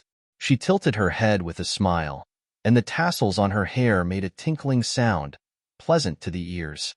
Mu Fei, looking at her pure eyes, smiled even more. "Good girl, follow your master to Yingdu." Jing did not know what place Yingdu was, but since Mu Fei had said so, she smiled sweetly. "All right, Jing will always follow master." The Great Wei capital, Yingdu. The Great Wei Imperial Palace was majestic, and within the harem, the Funing Palace had the deepest aura. Mayan, lacking in spirits, sat to one side. Above him was the eldest princess of the Great Wei dynasty, Gu, who had raised him from his youth. Gu was chatting and laughing with her mother, the Empress Dowager. The Empress Dowager's hair was now full of white, yet she was still spirited and ruddy-cheeked, especially when looking at the young girl beside her. She held the young girl's hand, her eyes brimming with affection. "Zhao's health has always been delicate, but just seeing you, Yenner, her cheeks have rounded, and her lips have reddened. Her illness indeed seems to have improved quickly." Imperial Grandmother. The girl's voice was delicate, shyly hiding her beautiful and charming face in the Empress Dowager's embrace. "Ha ha ha. Zhao Hua likes the fifth brother. How could I not know? Now that fifth brother has earned military merit and slain that villain Wu Dao, resolving the crisis for the 4 kingdoms and 9 provinces, he truly deserves to be called a hero. It is only right for me to arrange a marriage for him."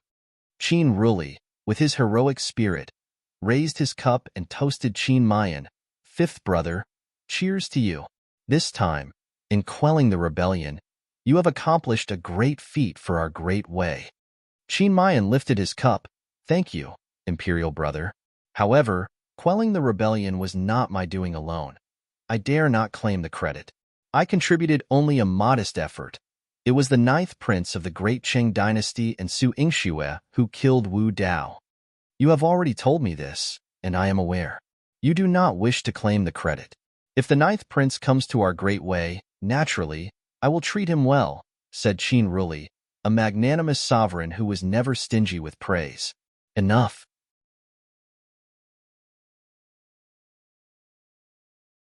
You men discussing court affairs can continue after leaving Mother's presence. Just now, Mother mentioned Yenner and Zhao's marriage. Are you both pretending not to hear?" With the family sitting together, Qin Gu had no qualms about reminding them. Qin Mayan's expression clouded slightly, silent, whereas Qin Ruli was quite enthused. Grandmother and aunt's words, of course, I heard clearly. Zhao, having been lost for many years and now found, is naturally the pearl in the palm of the Great Wei imperial family. How could I let her be wronged? As long as Mu Yin agrees, I will immediately arrange their marriage."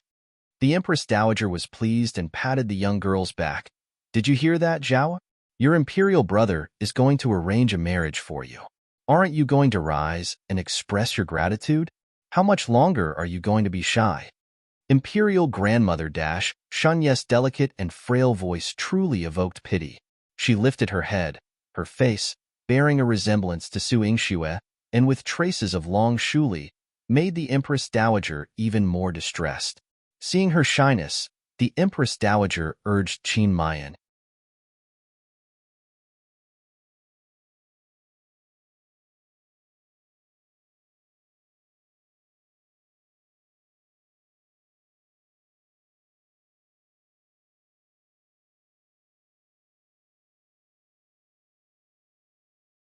He is unwilling to marry his cousin Mu Yin.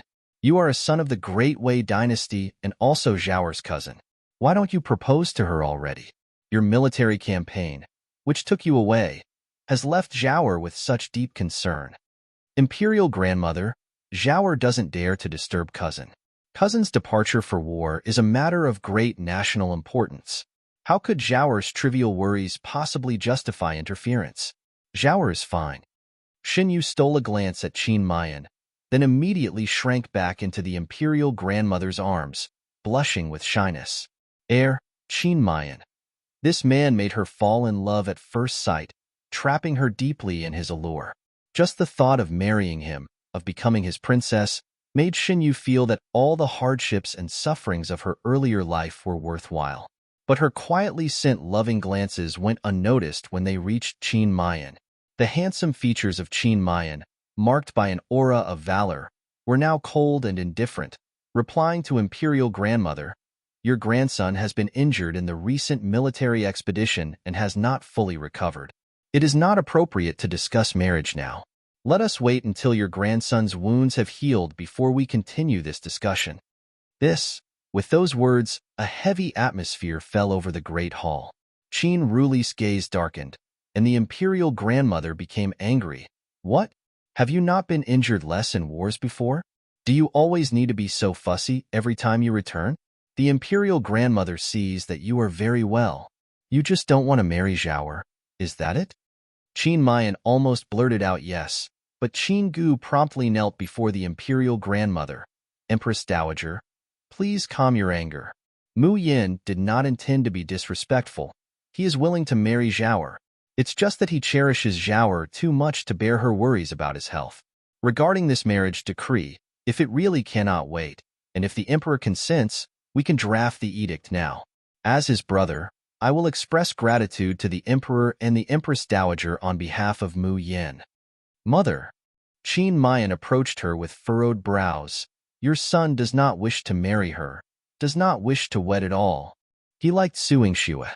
The one he wanted to marry was Su Yingxue alone. This so-called cousin meant nothing to him at all." "Nonsense." Qin Ruli, who had previously shown him some protection, now lost his temper too. "In the presence of the imperial grandmother, do you think you can defy her orders? Apologize to cousin Zhao Hua, and say that once you have recovered, you will marry her immediately." "Imperial brother." Qin Mayan clenched his fists in anger.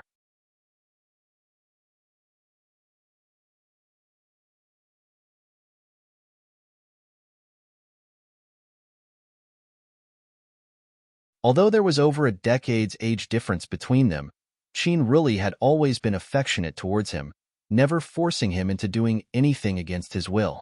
But now, Qin Ruli knew of his reluctance, but he revered their grandmother even more. Under pressure from Qin Ruli, Qin Mayan had no choice but to kneel and say reluctantly, "Your grandson has been impolite. Regarding the marriage with cousin Zhao Hua, once healed from my injuries, I will reach a decision." "Umph." The imperial grandmother clutched Zhao Hua protectively. "My granddaughter is like a pearl cast aside. She is worthy of even the gods in heaven.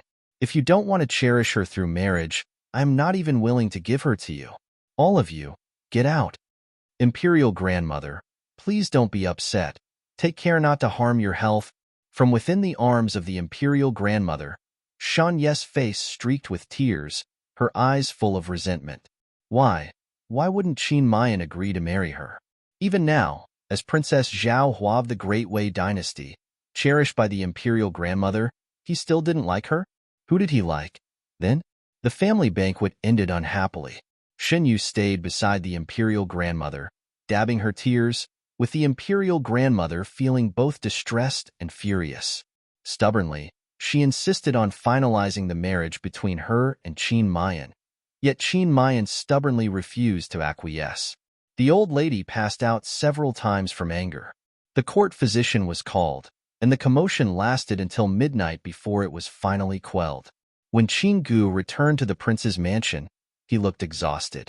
Qin Mayan also went sleepless through the night.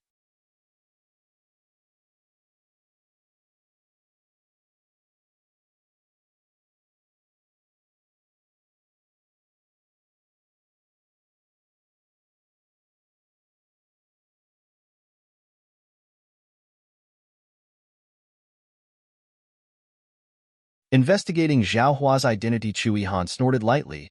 With such a clear situation, there's no need for me to take action. Today, when Qin really sees you, his heart will inevitably harbor suspicions. As long as you say little, an emperor filled with doubts will certainly act. Su Yingxue smiled teasingly. Worthy of being the mastermind, Your Highness. We just sit tight and do nothing, and let that imposter princess come to us, efficient, effortless, and trouble-free. Indeed, her husband was truly wise. Suddenly, Su Yingxue remembered something. Hubby, yesterday when you left the ghost market, you only spoke with Sister Rongshang and didn't bid farewell to Chui Feng. What did you two talk about? Want to know? Chui Han raised an eyebrow. Su Yingxue nodded vigorously, very earnestly. Yes, you never talk much with other women, so I want to know what classic words you said this time? Chui Han picked up Su Yingxue, deliberately drawing out his voice, each word lingering. I told her. Attracted by his tone, Su Yingxue concentrated. What did you say? What did you tell her? She was so intent that she didn't notice the darkness closing in around her until she was laid down on the bed by Chui Han. Under the bed canopy, Su Yingxue's voice came in surprise. You haven't told me yet. What did you two talk about? The room was filled with the entwined silhouettes of the couple, and the ambience was replete with a suggestive air. The night was gentle and lingering. The next day, after the morning court session, Qin Mayan went to the imperial study. Several ministers, seeing he was to discuss matters with Qin Ruli, bowed and withdrew. Qin Mayan asked eagerly, Imperial brother, I heard Su Yingxue has arrived. Where have you placed her? Why didn't you inform me yesterday? Qin Ruli had just finished a memorial and hadn't looked up yet. I have placed them in the palace. When you went to the great Chang dynasty, Chui Han treated you with great hospitality. Naturally, I couldn't be remiss in my treatment of them. After Qin Ruli replied, he felt something was amiss. Su Yingxue? That's the 9th princess consort's given name. It's not appropriate for you to call her that way. Be more proper in front of others. These words were a brother's reminder to his sibling, not a command from an emperor to his subject. Qin Mayan's eyes turned slightly cold. I have always called her that way. It's a habit. He couldn't bring himself to call Su Yingxue the 9th princess consort. That was the woman he loved. It's good that you're here today. Once I'm finished here, you'll accompany me to Funing Palace. I have some doubts about Zhao Hua's origins. Qin Ruli's dark brows were furrowed.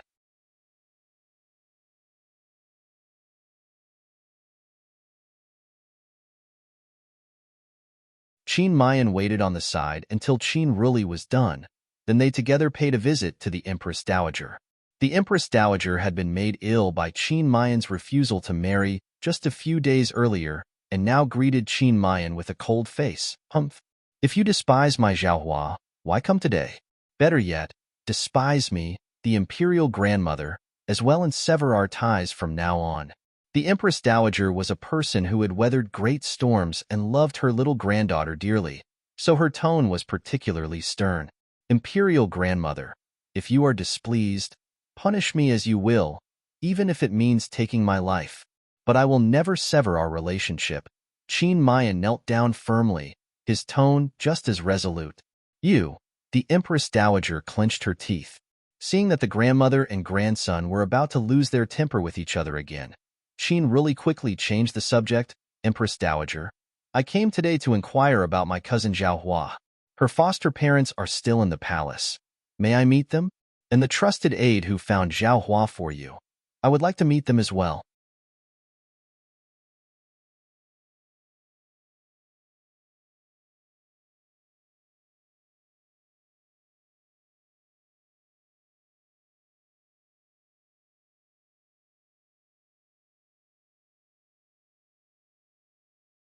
Half an hour, and another half an hour. The Empress Dowager was a shrewd person. Her whitening brows furrowed slightly. Why does the Emperor suddenly want to see these people? They'll take good care of Zhao Hua's foster parents myself. Has something happened? Nothing of the sort. It's just that I intend to arrange a marriage, and should at least inform Zhao Hua's foster parents. Moreover, the court astronomers need to calculate the wedding date, and I will have to question them closely, which will take some effort, he responded.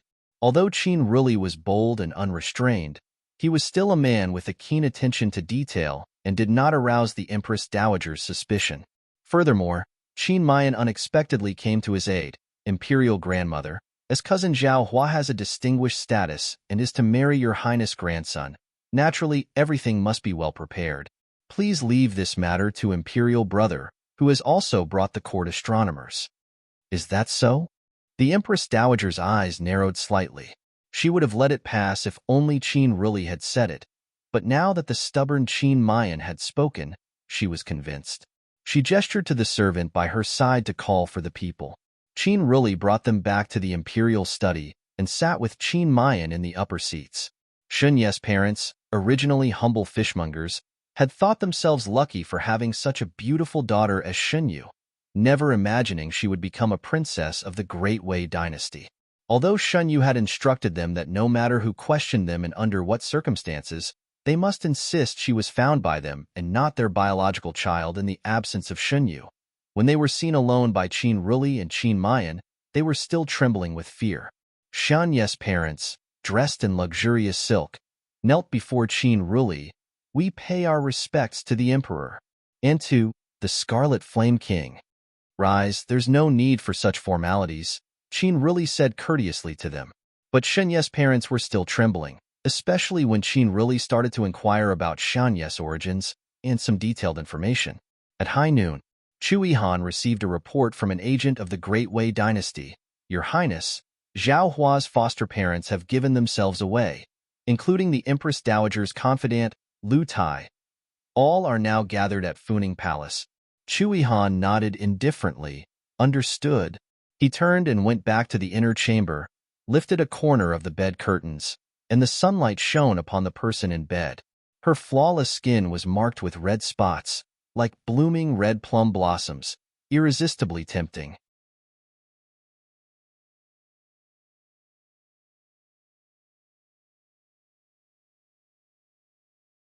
Chu Yihan lifted the corner of his mouth, bent down to kiss her. Get up. It's time to go to the palace and meet your grandmother and relatives. Su Yingxue let out a soft moan, shooting Chu Yihan a resentful glance. Was it her fault for staying in bed? Did she not wish to get up? It was all Chu Yihan's fault for being too intense. He had tricked her last night, and what he called half an hour ended up being half an hour followed by another half hour. She had cried until her voice was hoarse, yet he was still full of vigor. Now she felt as if her whole body had been crushed, unable to straighten her back. It's all your fault. Su Yingxue bit him resentfully, biting down hard on his lip, not stopping until it was broken. A trace of blood oozed from the corner of Chu Yihan's mouth, his otherworldly handsome face now carrying an added allure. With his collar slightly open, the blood trailed down his neck to his collarbone. The seductive image was nearly enough to cause a nosebleed. This isn't fair. Chu Yihan, you're cheating. Su Yingxue covered her head with the bedsheet, crying out in frustration. How could he be so incredibly alluring? Cheating. Cheating. Your Highness doesn't mind continuing to cheat with you, but if you don't get up now, you'll miss a great drama and your chance to recognize your kin. That would mean failing the task entrusted by your Highness mother-in-law, said Chu Yihan, his voice tinged with a hint of regret.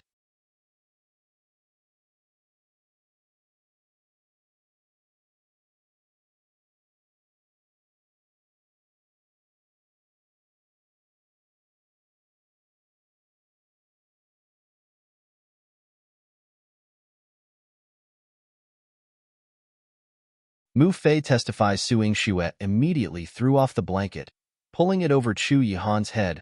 I certainly won't miss it. Her little feet left a series of thumping sounds on the floor, and by the time Chu Yihan cast aside the blanket, she had already changed her clothes with incredible speed. She stuck out her tongue at Chu Yihan with a triumphant look. Even you can be slow sometimes. Was she someone who would quietly endure repeated bullying? Absolutely not. A devilish streak flashed through Chu Yihan's eyes. Once today's affairs were dealt with, he would naturally let her know if he was truly slow or not. Chu Yihan and Su Yingxue entered the palace, heading in the direction of Funing Palace. According to Chu Yihan's plan, Under Qin Ruli's suspicion and investigation, the identity of Princess Zhao Hua should have been clarified. But someone had entered Funing Palace before them and turned the situation around. In front of Funing Hall, Mu Fei paid his respects to the Empress Dowager and others. The Empress Dowager narrowed her eyes slightly. "Are you the master of Shi Lu in the ghost market, Mu Fei?" On Mu Fei's effeminate face, a seductive smile surfaced, replying to the Empress Dowager, "This humble one is indeed Mu Fei. Previously, the news of Princess Zhao Hua was traded by me to Lord Lu Tai and sold to him." By his side, Lu Tai hurriedly admitted, "Empress Dowager, this humble servant has been searching for the princess bloodline for many years and dared not neglect it. This time, it was also verified that the princess indeed ended up in the Great Qing dynasty, giving birth to Princess Zhao Hua, who was then picked up and raised by the Shen couple. However, that Shen couple just slipped up, saying that Zhao Hua is their own biological daughter. How do you explain that?" Qin really asked sharply. Lu Tai, feeling the pressure, trembled. He looked towards Mu Fei for help, as it was from Mu Fei that he had bought this information. Mu Fei had assured him with conviction that the person they found was definitely the real princess bloodline, and he had believed it to be true, never expecting such a situation to arise. Mu Fei, however, remained calm, replying to the emperor, "This Shen couple are of humble origins. To have the fortune to see your majesty's face is the blessing of several lifetimes. Naturally, they would be frightened. Look, both of them are still shivering." Shen father and Shen mother lay prostrate on the ground, not daring to lift their heads. Seeing all eyes turned towards them, they immediately started to cry and beg for mercy. "Emperor, spare our lives. Please, spare us." In front of them knelt Shunyu, wiping away her tears.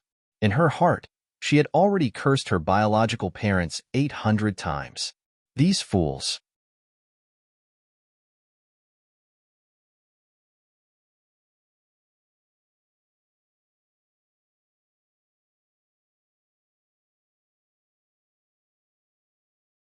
Her wealth and honor were about to be ruined by their hands. They deserve to die. I know I come from a humble background and am unworthy to be a princess. If the imperial grandmother and imperial brother doubt my identity, there is no need to trouble yourselves. Please allow me to resign," Xinyu said, covering her chest with a fragile appearance, looking pitiable to anyone who saw her. The Empress Dowager, deeply affectionate for her granddaughter, was already distressed beyond measure. But on the matter of blood ties, she was resolute. "Don't cry just yet. The situation is not clear.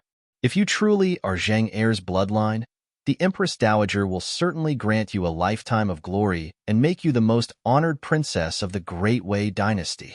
But if you are not, it would mean deliberate deception. The imperial family of the Great Wei dynasty's bloodline must not be sullied." Xinyu trembled all over, disbelieving. When the Empress Dowager had doted on her, regaining her had been like retrieving a precious jewel, cherished so much that even the slightest wind was not allowed to touch her. But now, Emperor, you previously mentioned you suspected someone else to be Zhang Heir's bloodline. Who is that person?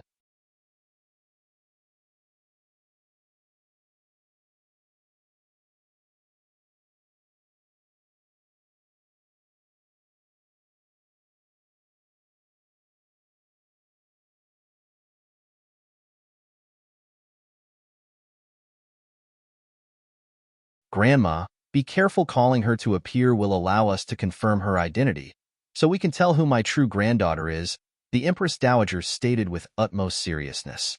Qin Ruli had just received a message from his aide and immediately said, "Imperial Grandmother, she has arrived and is currently outside the hall. Summon her at once." The Empress Dowager was very urgent. Qin Mayan's gaze also hurriedly shifted toward the entrance of the great hall. Chu Yihan entered with Suing Xue, their hands entwined, silhouetted against the backlight, making everything else around them mere backdrop. This was an exceedingly beautiful scene. The man, clad in white robes, moved with an ethereal grace, his aloof abstinence akin to both an immortal and a demon, yet his eyes were filled with doting affection as he looked at the woman beside him. The woman, dressed in a pink silk gown, radiated stunning beauty intertwined with playful charm, especially with her smiling visage. Jing'er, my Jing'er. The Empress Dowager's eyes widened, and she rose from her couch, running towards Su Yingxue heedlessly, almost tripping in her haste. Imperial Grandmother! Imperial Grandmother! Qin Mayan and his brother hurriedly followed her. Grandmother, please be careful. Su Yingxue stretched out a hand to support the Empress Dowager, instinctively calling out Grandmother. Perhaps it was because the old lattice kind and benevolent eyes made her feel a sense of closeness. Grandmother! Grandmother! The Empress Dowager said with tears brimming in her eyes, it's true, there's no mistake. You look exactly like my Jing'er, exactly the same. You must be Jing'er's daughter, my granddaughter. Qin Mayan was particularly delighted, Yingxue. You really are Your Highness' cousin. Indeed. My suspicions were not unfounded. Qin Ruli was also very happy. At the entrance of the hall, it was a harmonious scene of family recognition. Inside the hall, however, there was a chilling silence. Shen Ye's heart seemed to shatter, clutching her chest forcefully. Her lips turned pale from biting. How could this happen? Why her? Su Yingxue. How could it be her? Why not her? Didn't you once notice your resemblance to her, and even harbored thoughts of climbing up the social ladder through her? Mu Fei's cold laugh was heavy with mockery. How do you know? Shen Ye's face was ghostly pale. The man before her looked like a woman. Every aspect of his behavior was odd. You needn't worry about how I know. If you want to maintain your title as princess and secure your future of glory and wealth, then listen to me, do as I say, or I guarantee, in just a while, you will meet your end, he whispered menacingly in her ear.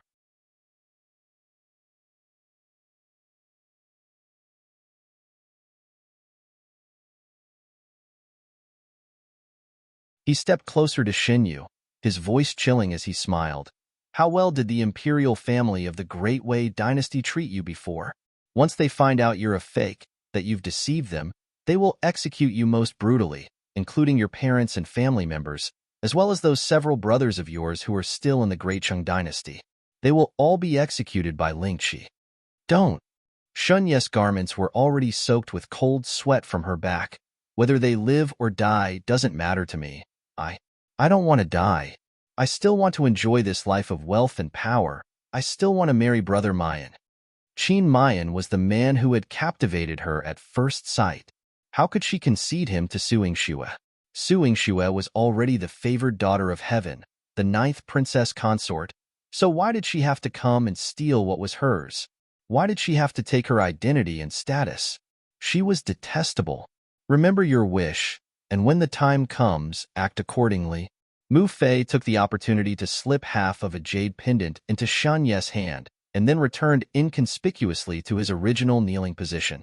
When the Empress Dowager ran, everyone in the hall followed suit.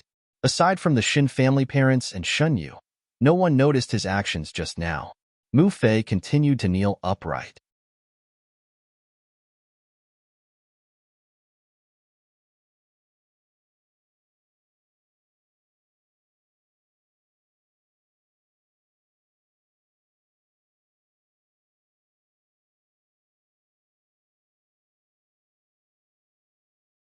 Mu Fei's trick Mu Fei maintained his unhurried composure as he stood up and sighed softly. The imperial family of the Great Wei dynasty, misrecognizing their own flesh and blood, now even attempting to wrongly slay their own kin. If this were to spread, who knows how the people of the world would ridicule us? Heh! His light chuckle echoed throughout the hall, laden with sarcasm. Su Yingxue's eyes narrowed slightly as she rose to her feet. Are you implying that I am an impostor? Indeed, Your Highness the 9th Princess Consort knows the truth in her heart. Now that you have a prestigious status, why bother coming to Great Wei to stir up trouble? The true bloodline of the eldest princess is to be pitied, Mu Fei said, his eyes full of pity as they rested on Shunyu. Xinyu immediately put on a fragile appearance and began to cry behind her hands. Mu Fei, what conspiracy are you hiding? From the moment Su Yingxue first saw Mu Fei, she felt that he was bizarre beyond belief. But his bewitching and seductive eyes were impenetrable, their meaning elusive. I am but a commoner. What schemes could I possibly harbor? I have only been paid in silver to fulfill a deal from start to finish. Your Highness the Ninth Princess Consort, do you claim your identity as the daughter of the eldest princess based solely on your face? Mu Fei's lips curved into a mocking smile. Chu Yuhan's expression grew icy, and his presence became imposing. You are courting death? How dare he question his wife? Your Highness need not rage. This matter has not yet involved you. Your own objectives are still unknown, said Mu Fei, his statement and smile at the corners of his mouth putting Qin Ruli on guard. Although Chu Yihan was his brother-in-law, and surely a good man, he was also the ninth prince of the great Qing dynasty, a powerful man with influence over the court and country, his ambition unfathomable. If he harbored any designs on Great Wei, imperial brother, do not believe the ravings of this lunatic. I will kill him right now. Qin Mayan drew his flaming blade, ready to strike Mu Fei. Wait, let him continue. I want to see what nonsensical case this man can make. Yingxue looks exactly like my Zheng'er. In this whole wide world, how could such a resemblance exist if not for a mother-daughter relationship? The Empress Dowager gripped Su Yingxue's hand tightly, her heart set on exposing Mu Fei's lies. But Mu Fei laughed and took something out of his bosom. Faces can be coincidental, but the heirloom of the eldest princess, surely there cannot be another coincidence like this in the whole world, can there? An heirloom? Su Yingxue raised her eyebrows slightly, watching as Mu Fei produced the jade pendant. It was a half-piece, gleaming with a phosphorescent light.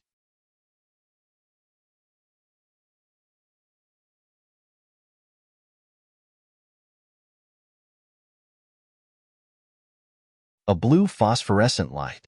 She had never seen it before. This jade pendant. The Empress Dowager's heart skipped a beat.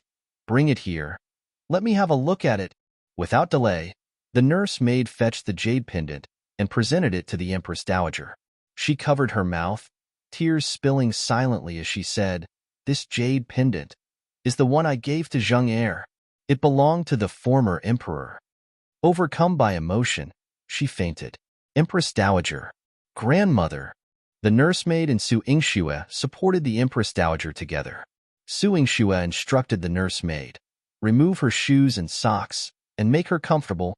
Seeing the assurance in Su Yingxue's demeanor, the nursemaid expressed surprise. Do you possess medical knowledge? Su Yingxue nodded, and the nursemaid immediately complied. Su Yingxue applied 2 needles to the Empress Dowager's feet, let a bit of blood, and after regulating her breathing, she slowly regained consciousness. Qin Ruli and Qin Mayan hurried over. Imperial grandmother, please don't be agitated. You must take care of yourself. With red-rimmed eyes, the Empress Dowager grasped Qin Ruli's hand. Yenner was but a child then, but you, Ruli, must remember, this jade pendant. It was given to me by the former emperor, and from me to Zheng'er.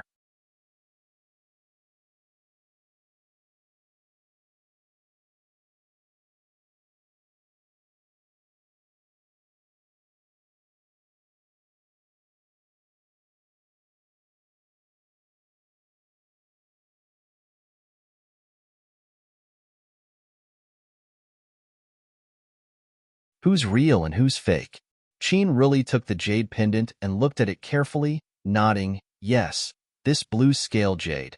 It is said to be formed many years ago from the fusion of a merfolk scales and tears, hence it glows with a phosphorescent blue light. There is only this one in the world. No one can imitate it. This jade pendant must indeed be genuine.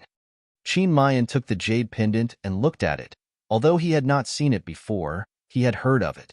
It was a gift from his imperial grandfather to the imperial grandmother, who then put it on his little aunt when she was born. Such a precious object, his little aunt certainly would not be parted from it. Even if she were to disappear, she would be wearing it. Unless it was lost. Qin Mayan's knife rested on Mu Fei's neck. Speak. Where did you get this? And where is the other half of the jade pendant? The other half of the jade pendant is here. Xinyu took out the other half of the jade pendant from her bosom as if it were a treasured possession. Though it was just given to her by Mu Fei, she treated it as a priceless treasure. As Qin Mayan reached out to take it, she protected it as if it were her own life. This is the only thing my mother left me. Your Highness, if you wish to take it away, then take my life along with it. Enough nonsense. Hand it over to your Highness to see. The others might have felt pity for her, but Qjayan Mayan did not. He made a move to snatch it away. Wait. The Empress Dowager's mind cleared somewhat, and her attitude toward Shunyu softened a bit. Bring that jade pendant to me and let the Emperor and I take a look. If it really matches, then your identity is still yet to be determined. Her heart ached faintly as she spoke. From the first moment she saw Su Yingxue, she was convinced she was her own granddaughter. But she could not disbelieve the evidence. At this time, Su Yingxue could not say much more. She stood beside Chu Yihan, and he clasped her fingers tightly, giving her confidence. No one can replace you. Su Yingxue smiled faintly. Yes, my husband. Her calm and serene smile, when caught in Qin Mayan's eyes, made his gaze even more fervent and obsessed. Su Yingxue was so captivating, no matter if she was his cousin or not. Xinyu knelt and crawled towards the Empress Dowager, personally handing over the jade pendant with a careful reverence in her eyes. I've had this jade pendant on me since I was young, and I think it must be something my mother left me, so I've never dared to part with it. She began to cry. Such filial piety was hard not to move people. The Empress Dowager put the two halves of the jade pendant together and found that it was indeed a whole piece, and it was the one she gave to Zheng Er.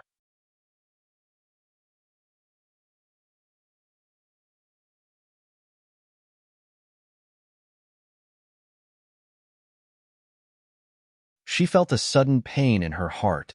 This is what I gave to Zheng Er. With a hopeful look, she then turned toward Su Yingxue. Yingxue, do you have any relics from Zheng Er, or anything she left behind? This jade pendant, could it have been lost by her? Su Yingxue pursed her lips, even though she did not know where Shun Ye's jade pendant came from. But she had to tell the Empress Dowager the truth. My mother left me no relics, only medical books and letters, which I think are irrelevant to the imperial family of the Great Wei dynasty. Her real mother was Long Shuli, and this Wei Qinzheng. She had already died by the time her mother arrived. She saw the disappointment in the Empress Dowager's eyes, and her heart ached slightly. If that's the case, who really is Zheng Er's daughter? The Empress Dowager was unable to make up her mind for the moment. Even Qin really found it extremely tricky.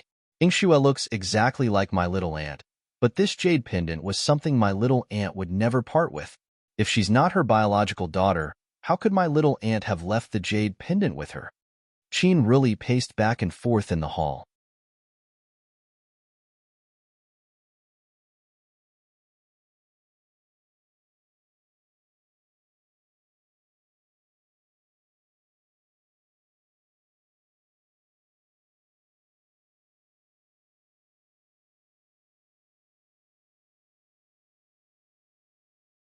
What is Mu Fei's intention?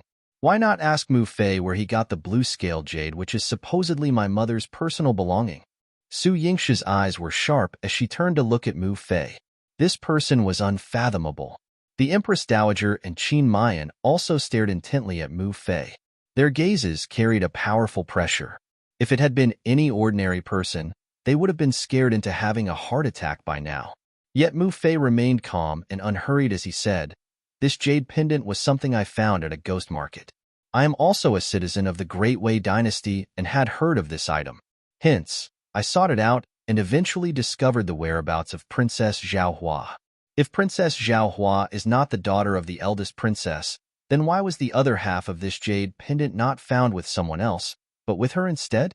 The ninth princess consort claims to be the daughter of the eldest princess, but what evidence does she have to prove it? After all, apart from a face that resembles the eldest princess, she has nothing else.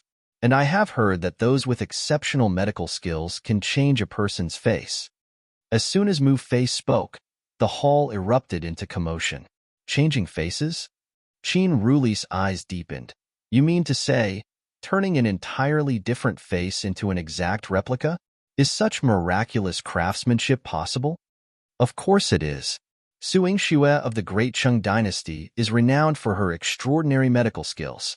Surely, the emperor has heard of her, hasn't he? Mu Fei's eyes had a flirtatious lift, the corners harboring a sharp glint. Qin really nodded, indeed. I have heard a little about her reputation recently. Seeing Su Yingxue close to Chu Yihan, a seed of doubt took root in his heart. Imperial brother, Yingshu's face has never changed. When I met her, she was already as she appears now. Besides, she is benevolent and skillful in medicine, using her talents solely to save lives.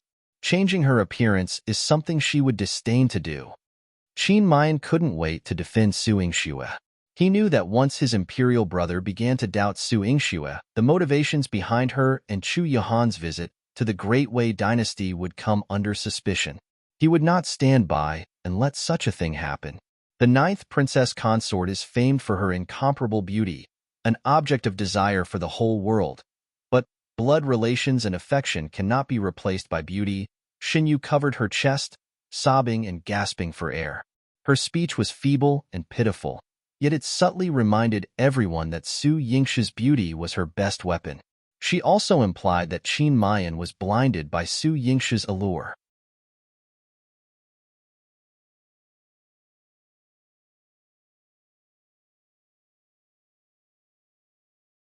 Imperial grandmother, considering the matter of the young lattice identity, I think it should be handled with caution.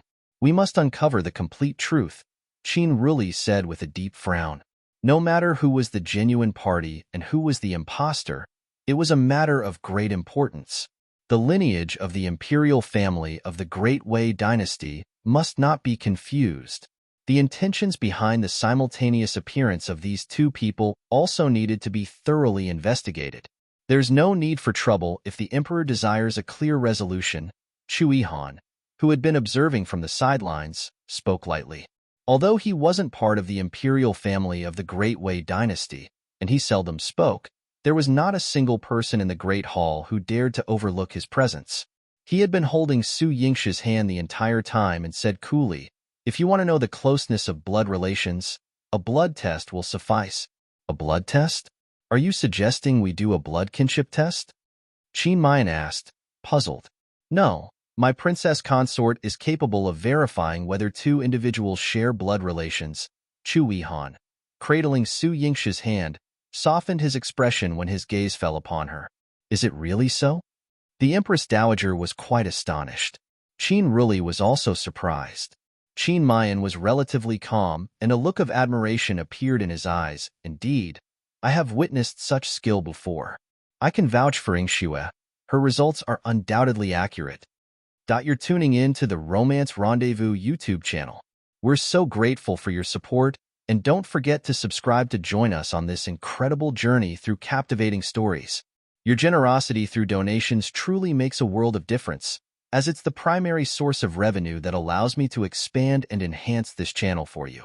Thank you from the bottom of my heart for being a part of this adventure.